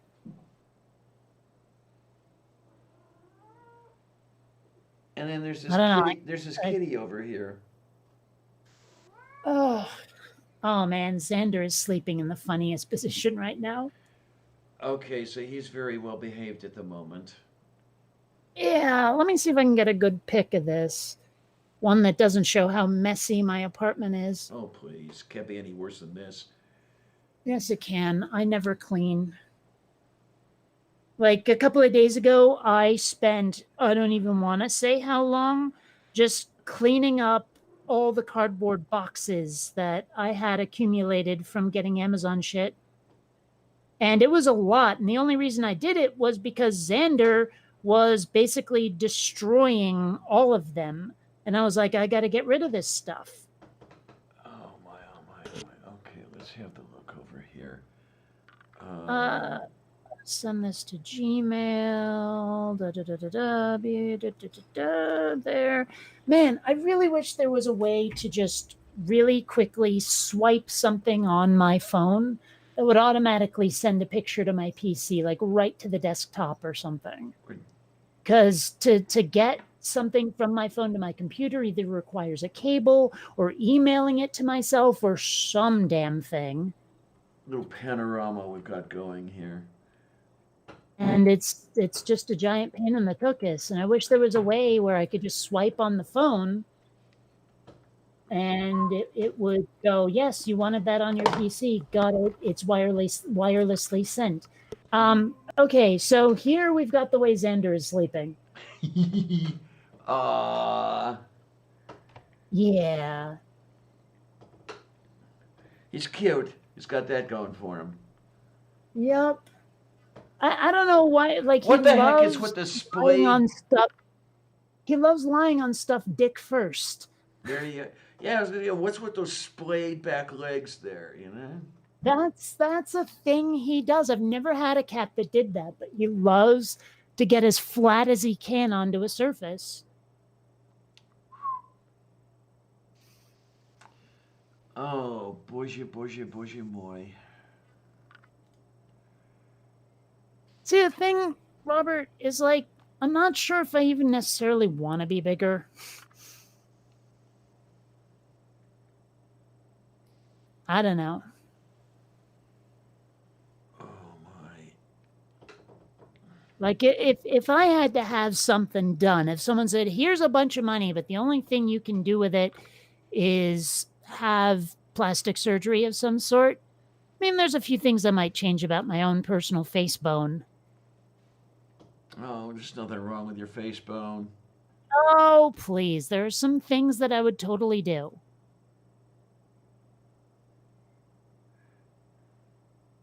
Well, but there's things you would do. Like I would consider that long before I would consider knockers. I'm just saying. Mm-hmm. And then there's this cat. There you go. Would you do one of those things? Wasn't there some anime freak or something who got surgery to look like a cat? I don't think that had anything to do with anime. Oh, okay. But one thing I would consider is elf ears, except if I did that, people would go, oh, hey, a Vulcan. And I can imagine, yeah, you don't want that. Well, I mean, I don't really have any kind of beef with Star Trek. I mean, okay, every sci-fi series has things that I could look at and go, yeah, that was dippity. But, I mean, it's just, it wouldn't be my intention. That's all. And then I Robert X like asks being if you would. understood. Imagine that, being understood being a priority. Who'd have thunk it? There you are. And Robert asks, would you change into a Klingon? Under no circumstances, because Aaron Ra would think I was stealing his thunder. He's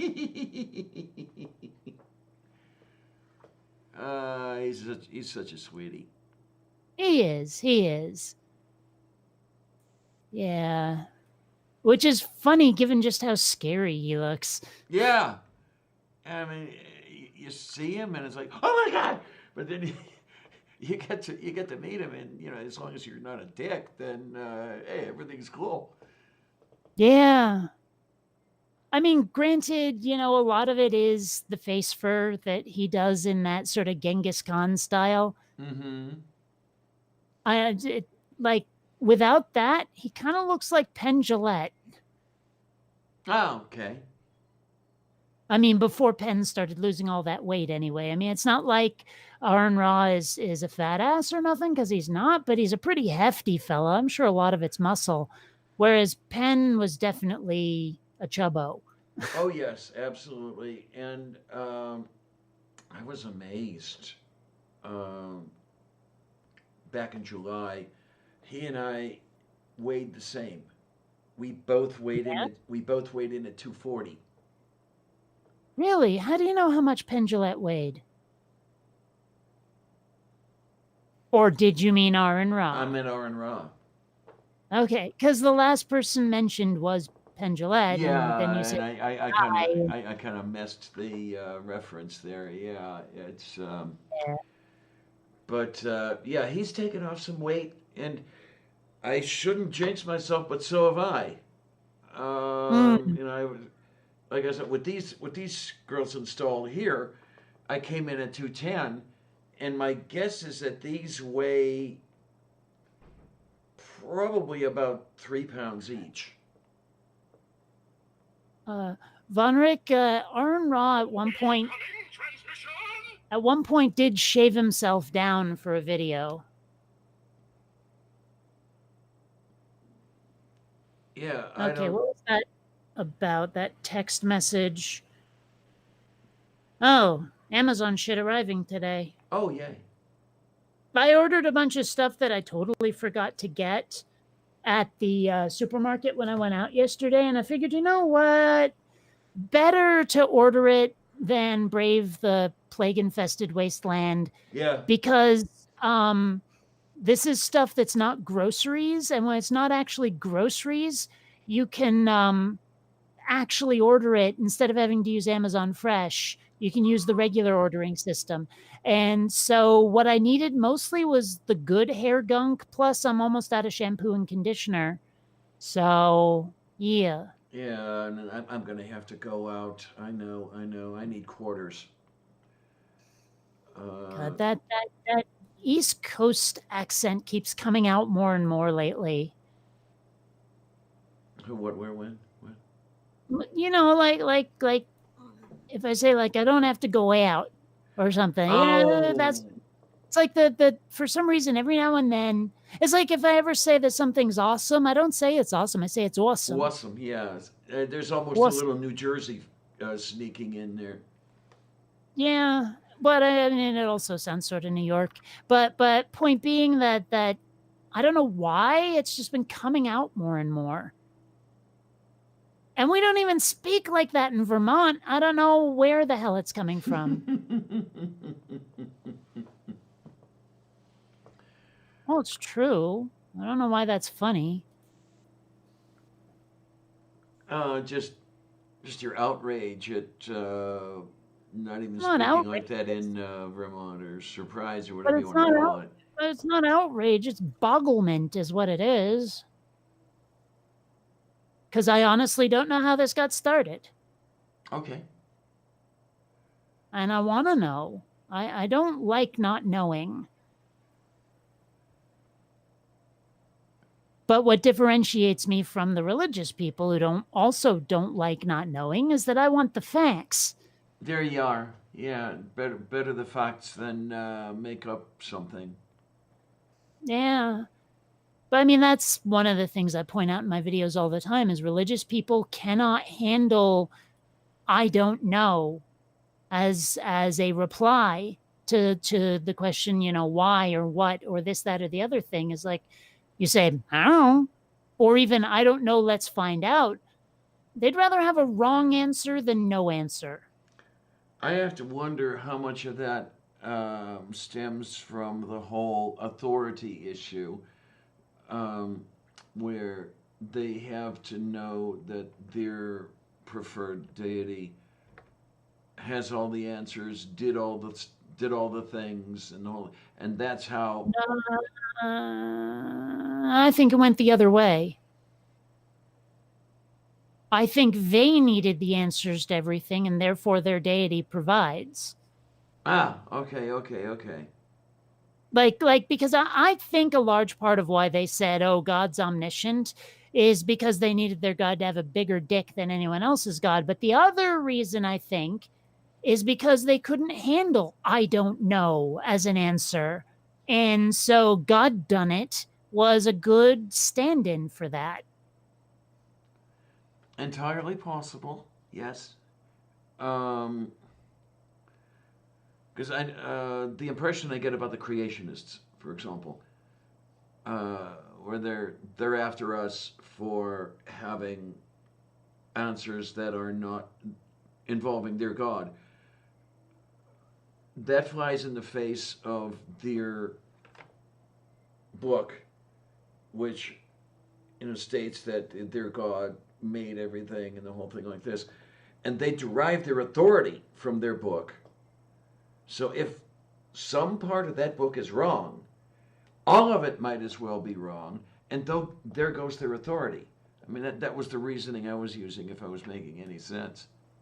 Well, but the thing is, someone had to write that book. Someone somewhere said, this is the character I'm writing. Well, now, granted, they probably said more like, this is the vision I've had, or some shit like that. But the point is that they probably said, we need answers. Let's write a character that gives them to us. Well, that's where they're all coming. Well, not all of them, but so many of them do that whole divine inspiration thing. That their God wrote the book using the hand of the guy that was holding the pen. The guy that was holding the pen was only a pen holder. But I think the guy holding the pen was desperately in need of answers, definitive answers that like said, this is what is so. Because the more I see from religious people, the more I see that they are just uncomfortable with ignorance. Really uncomfortable with it. Oh, yeah, they are, indeed. Many of the arguments I've been in, many of the arguments people I know have been in, involve this whole thing about they have to have the answer. And even the religious saying to us, well, you don't have certainty. Yeah, and what's wrong with that? But their main objection is, you have no certainty. And that's okay. Well, what's really terrible, I mean, I've seen this mostly from Frank Turek, but other people too, is that they have often said, okay, you've proved what I believe wrong, but you don't have an answer to replace it. Therefore, I will maintain my belief because you can't give me an alternative, even though we've proved their belief wrong. And given them an alternative. Well, no, but even if we don't have an alternative, even if they're like, well, where did the universe come from? We're not really sure yet. Might be quantum fluctuation, might have been a singularity without it, blah, blah, blah, blah, blah. They're like, well, you don't know. And therefore, I don't accept that. Okay. But, even though you've disproved my religion, even if you've shown me that I'm full of shit, I don't care because you don't have an alternative. I see that all the time, mostly from people like Turek and probably Saitan. It's just it's pure insanity. Oh yeah. It's kind of like the people, well, frankly, on the Democrat side, who say we'd rather lose to a conservative than win with a progressive. Yes. You know, these religious people would rather have a wrong answer than no answer. It's the same basic mindset. It's never going to be fixed either. Oh well.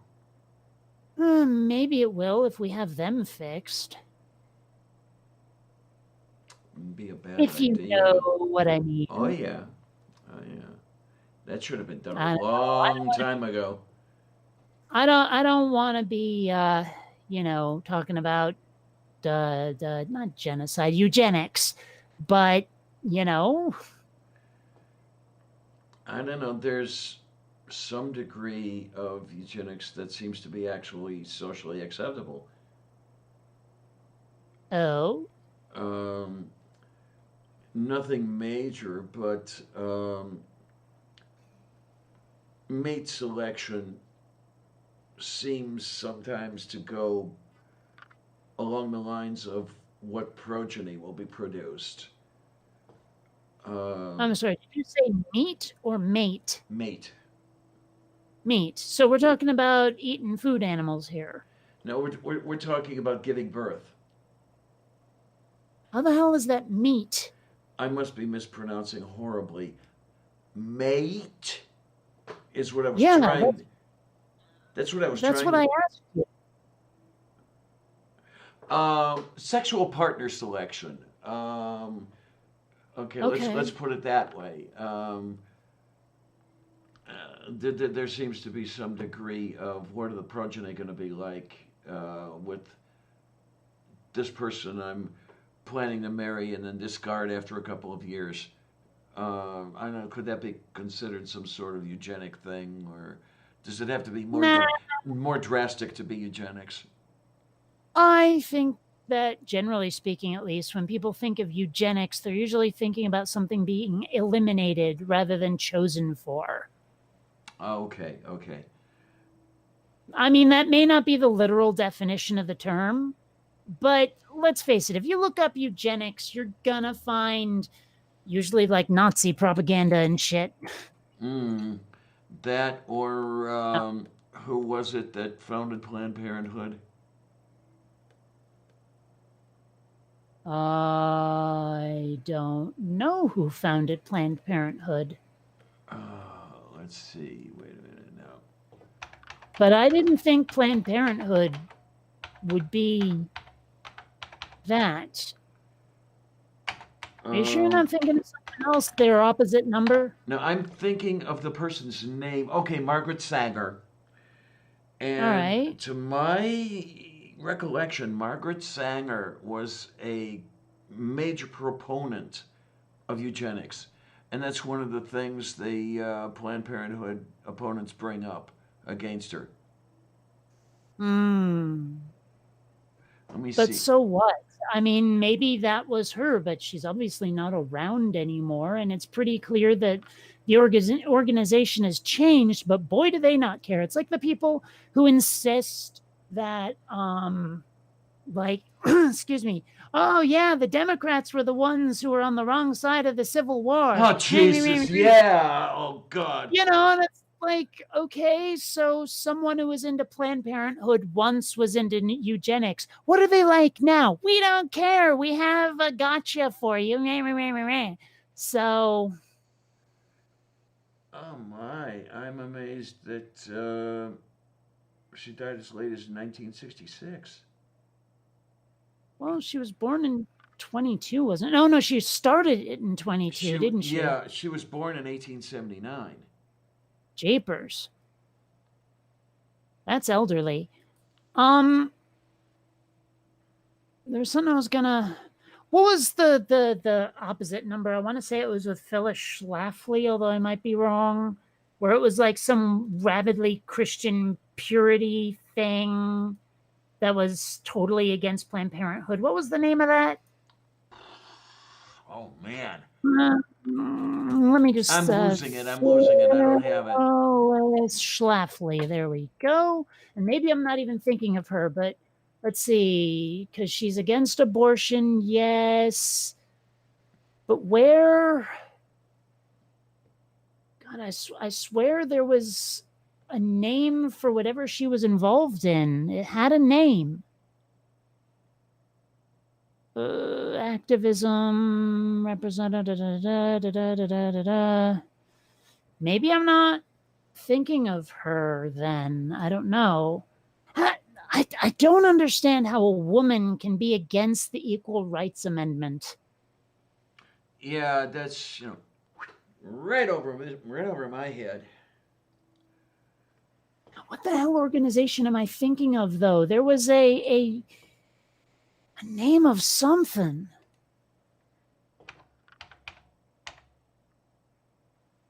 And it was like, if not her, someone who agreed with her.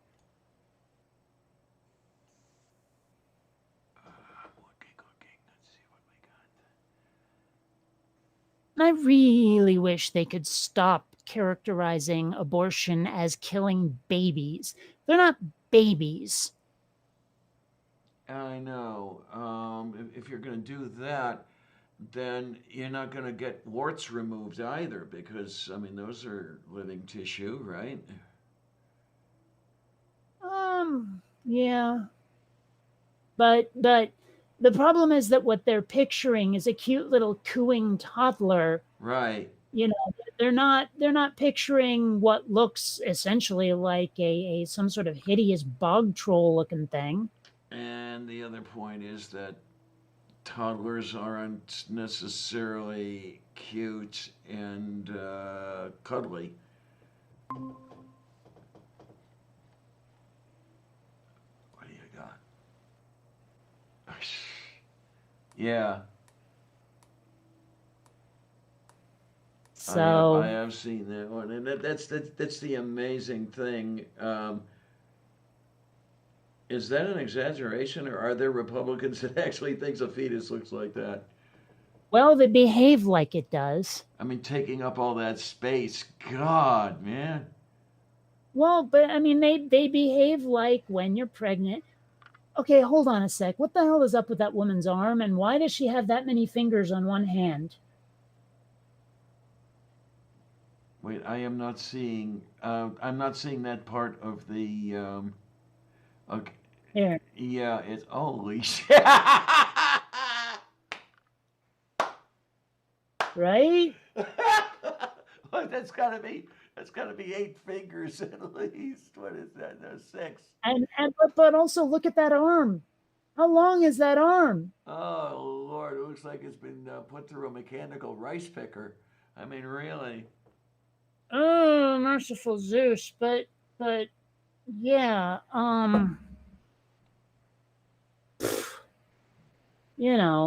that's what they think a fetus is like, because it's a baby. Oh, it's a cute little baby. No, it's not. Yeah. Okay, if this was a sci-fi movie, a fetus would look remarkably like something that wants to eat your face from another planet. Well, as that master social commentator George Carlin said, pre-born you're fine, preschool you're fucked. Mm-hmm. Yeah. Every pregnant person, I guess I have to say, needs to get a $500 check for the fetus or the embryo or the zygote. Oh God, what went through my head just a minute ago? And I would get $500, and I would get 500 more. Yeah. Yeah.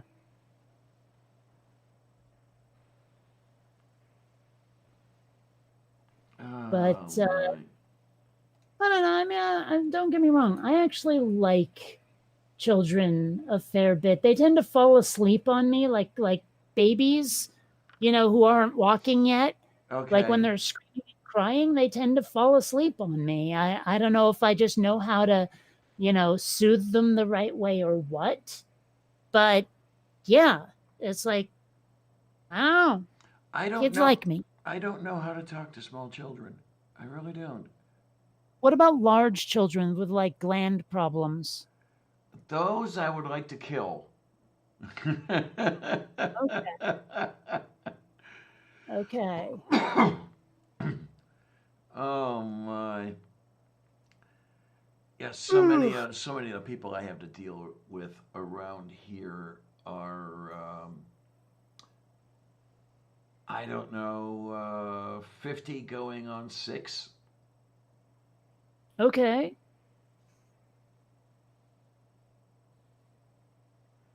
Of course, I don't know. They're probably people who would complain similarly about me, but Well, I suppose it depends on what you mean by that.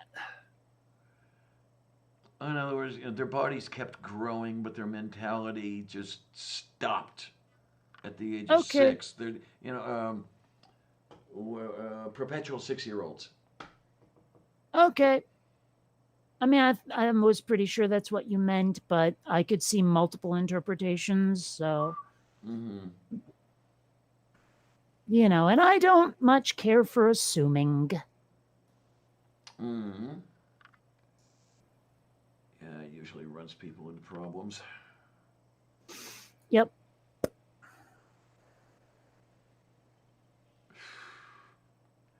Okay, so Vonrick wants 500 for each sperm.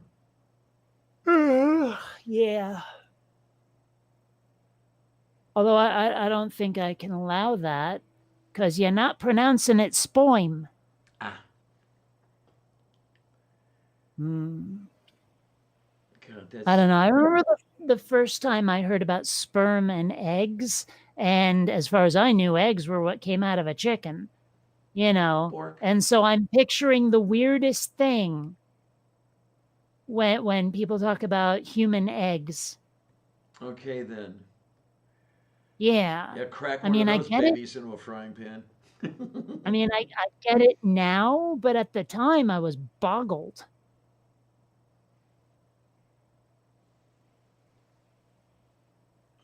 I just out of left field here. When you were in, I don't know, middle school or anything like that, did you do the incubating the chicken eggs? I don't remember. I think we may have. That was I know we had gerbils. okay. Yeah, because that whole chicken egg thing was a shitload of fun, man. I forget how many dozen eggs we had to get because you opened an egg every day or two to have a look at the developmental stage. So if there were, I don't know, there were 20 kids in the classroom. Okay, this no couldn't be every day or two. So I'm trying to remember. Chicken egg incubates in what, 21 days? Hmm. So they must have grouped us because you're not going to get 400 eggs. Maybe they had 3 or 4 of us working on one egg or some shit like that. 100 eggs is still a shitload, but not that much a shitload. But yeah, that was really, really interesting. I mean, just the procedures you went through to get it. There's a ring to put a.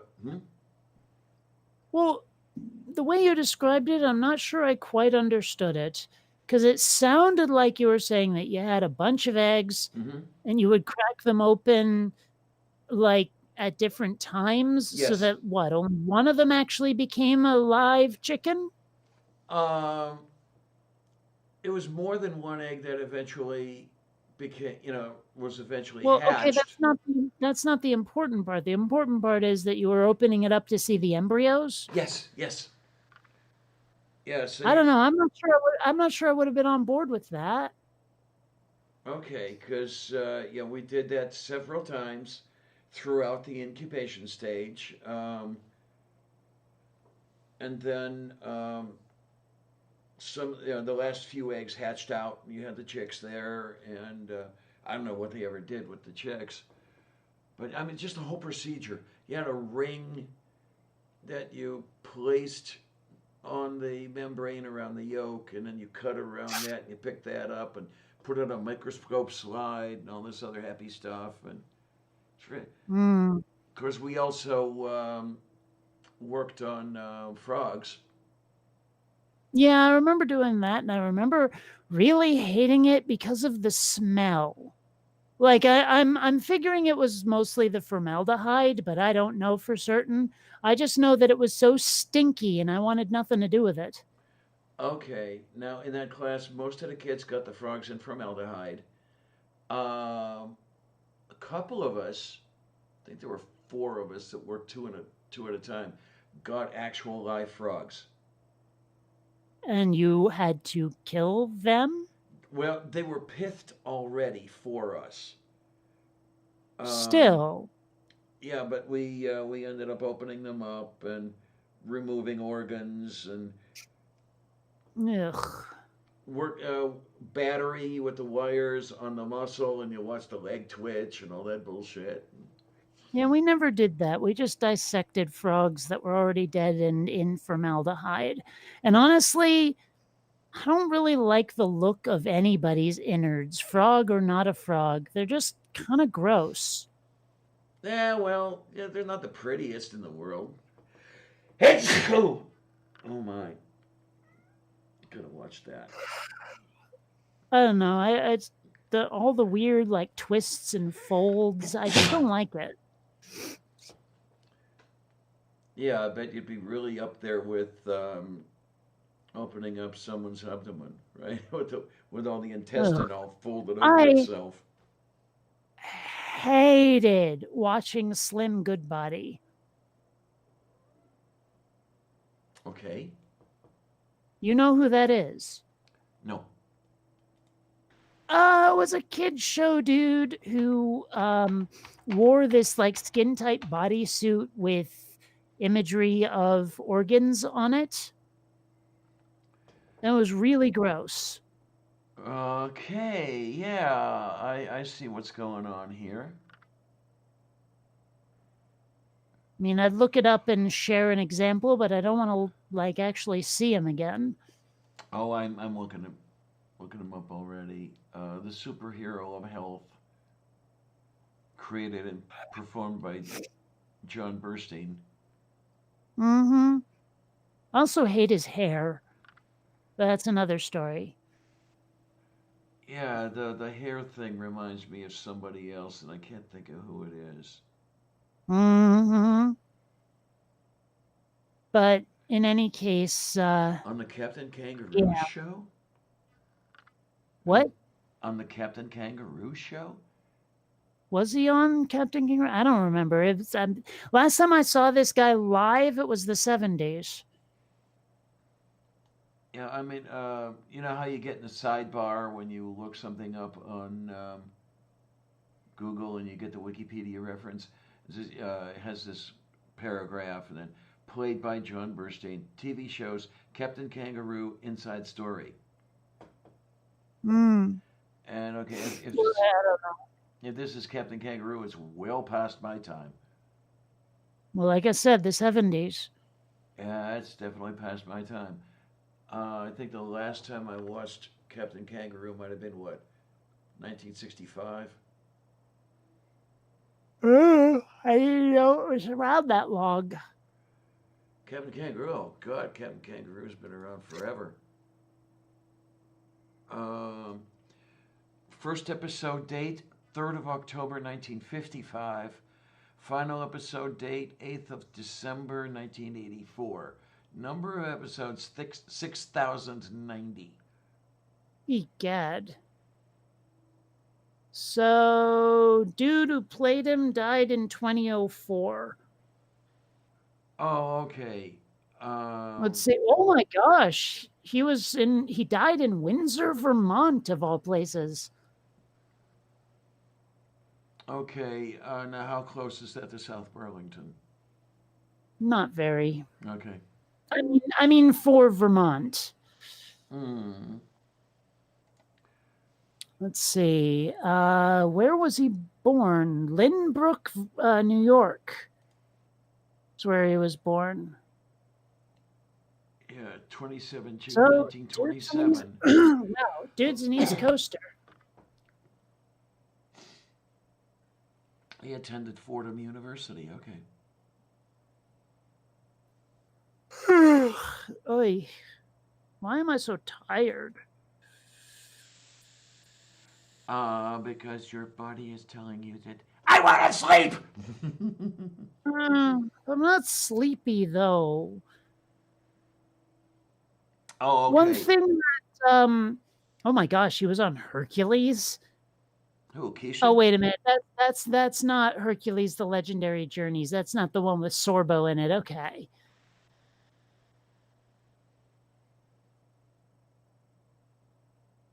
Yeah. Oh, apparently Captain Kangaroo was on Mr. Rogers at some point. And Howdy Doody. He played Clarabelle the Clown. Yep. Mm-hmm. Wow. I've never seen an episode of Howdy Doody ever. I've seen imagery and brief clips, but I've never just sat down and watched an episode.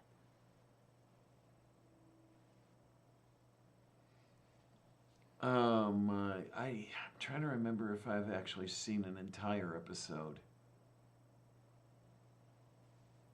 Not sure. You know what I did yesterday when I was going to the supermarket is I bought a bunch of frozen hamburger patties. And, the truth is I'd forgotten how much I'd missed the taste of a burger. Okay, then. Like, seriously, when I had one of those, I was like, oh, gosh, where have you been all my life? Oh, yeah, quarantine. Duh. Well, I'm not about to get any patties. There's no room for them in that freezer. I have to eat some of the stuff out of there. Yeah, you freeze everything.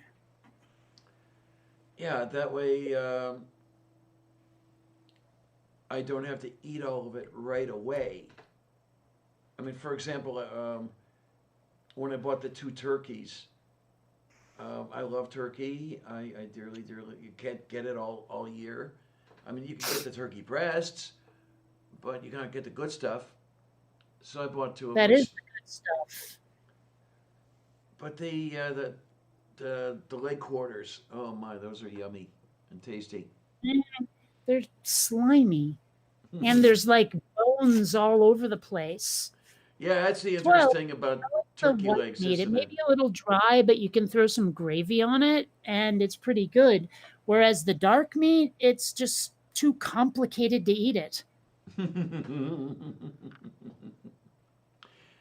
now you got me thinking, oh man, I know I have some pieces of the turkey breast from the first turkey. Now I'm starting to think about a turkey pot pie. Darn it. I mean, I've had pie and I've had turkey. I've even had turkey in a pie. I've never thought about adding pot. That might be tasty. No, it wouldn't be. Pot tastes like ass. But it might be fun afterward. Although I will tell you this, edibles, for me at least, seem to be way stronger than vaping. Okay, then. Aw, Xander's sleeping and there's a little tiny bit of his tongue sticking out. I have a great picture of Columbia doing it way more than he is right now, but yeah.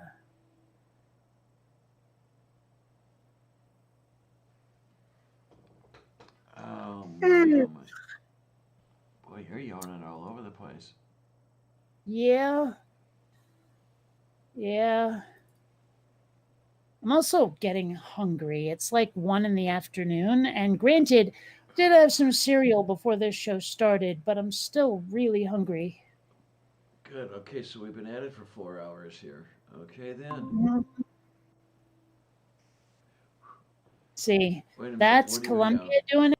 Reel that tongue in about halfway, and that's what Xander's doing. Yeah, it's one of the more adorable pictures I have of Columbia.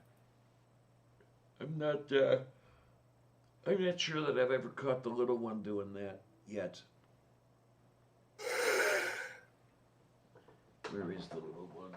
Oh, there you are. Hi, you.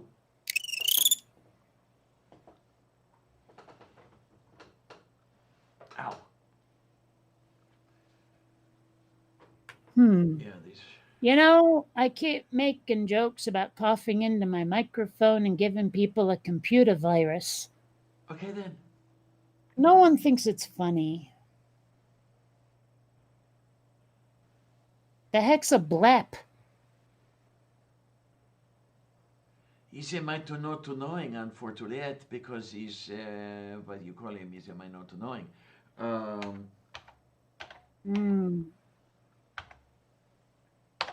Wonder if when foreign people speaking English end up going, and then the next word or whatever, I wonder how much of that is related to them not remembering the word and how much of it is because a lot of people in foreign countries say that Americans speak very slowly.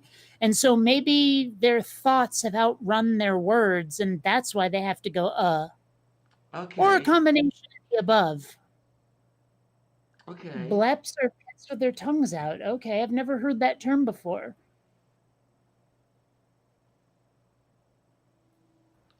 But yeah, I wonder what it is. Because I have heard a lot of, sorry, brain not work now. A lot of foreign people complain about how slowly Americans speak. And I don't know if it's just Americans or if it's the British too. Maybe it's all English speakers, but yeah.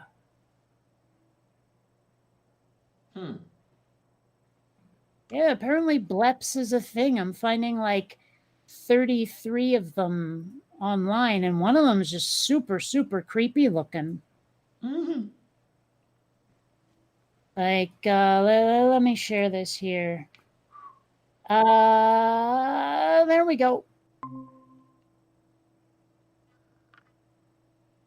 Oh, no. That's just kind of creepy.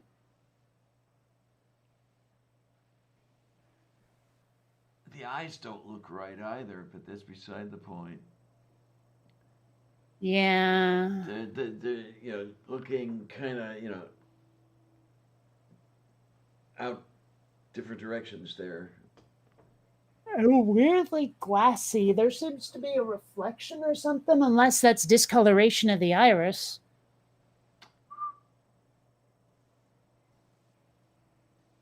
Trying to find the origin of the word blep.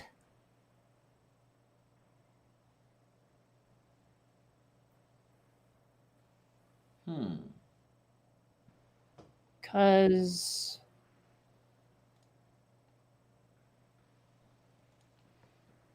I don't see it.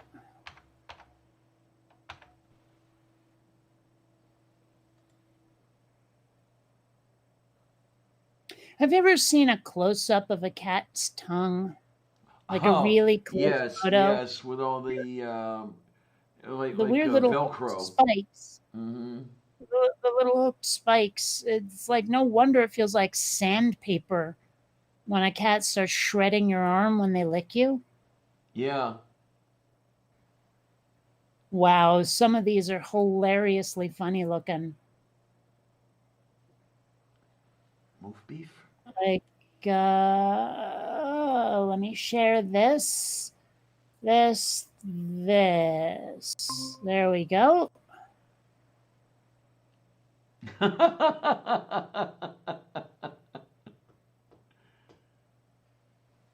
See here.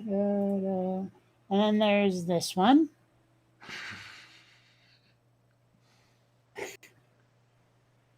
Looks like an attitude. Oh man, some of these are hilarious. That's just wow. Well, that one, okay, looks like it ran into a wall and just sort of scrunched the face up or whatever. There we go. Oh, here's a good one. It's the pupils that dilated that make it. Cat's high, yeah. Yeah. There's one that looks like the cat's about to throw up or attack, and I can't tell which. What's that cat about to do? Oh Lord, that looks like a cat about ready to go on a killing spree. Yeah, I mean, I could almost, again, make the case for being disgusted. So, okay, there's been this meme going around where there's this cat that looks like it's singing to the sky, and people keep asking, what song is that cat singing? And this is all I can see. This is all I can picture when that cat is part of the meme. You know, it's that dude yodeling at the start of The Lion King. Okay, then. It's the only thing I can see when I see this. I had to make this so I didn't have to keep like finding the link and posting it to Oh people. my God. Ah, that wasn't supposed to happen. Hold on, and paste. There we go. I was on the wrong thing and I started scrolling with the mouse wheel, and yeah. But that's just crazy pants, that picture right there. Some people's kiddiness is little fluff ball. Yeah. Cats. But I really wish I knew the origin of the word blep. And then we've got this. Jeez. Yeah. Looks like something out of a Looney Tunes cartoon. It looks like this cat is a cross between a dog and a mogwai. Okay. I was gonna say it looked like something Tex Avery drew, but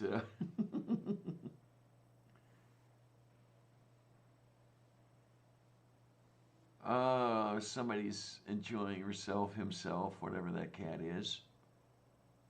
Yeah, that's actually one thing that's always kind of bothered me is when people talk about cats and dogs, they inevitably refer to cats in the feminine and dogs in the masculine, like inevitably. Mm-hmm. I always thought that was kind of, well, obnoxious. Oh my! I don't get why. I do not understand why. Yeah. Okay, I desperately need to get some food in me. Okay, I guess that'll make two of us. Getting some foodzel moves. Foodzel moves? What is a foodzel moves? So I'll tell you what, guys. Why don't we thank everybody who is here? Thank everybody who is not here. And I tell you, I'm going to make an assumption, but I believe we both love to have you guys around. Well, except for that one. That one doesn't have to come around anymore, but the rest of you are okay. Okay, that'll work. And you guys are the reason I do this. And I know it sounds cheesy and everything, but it's real. It really is, and I want to thank every one of you. So what we'll do is we will say thanks a lot, troops. Catch you like the plague. Mhm.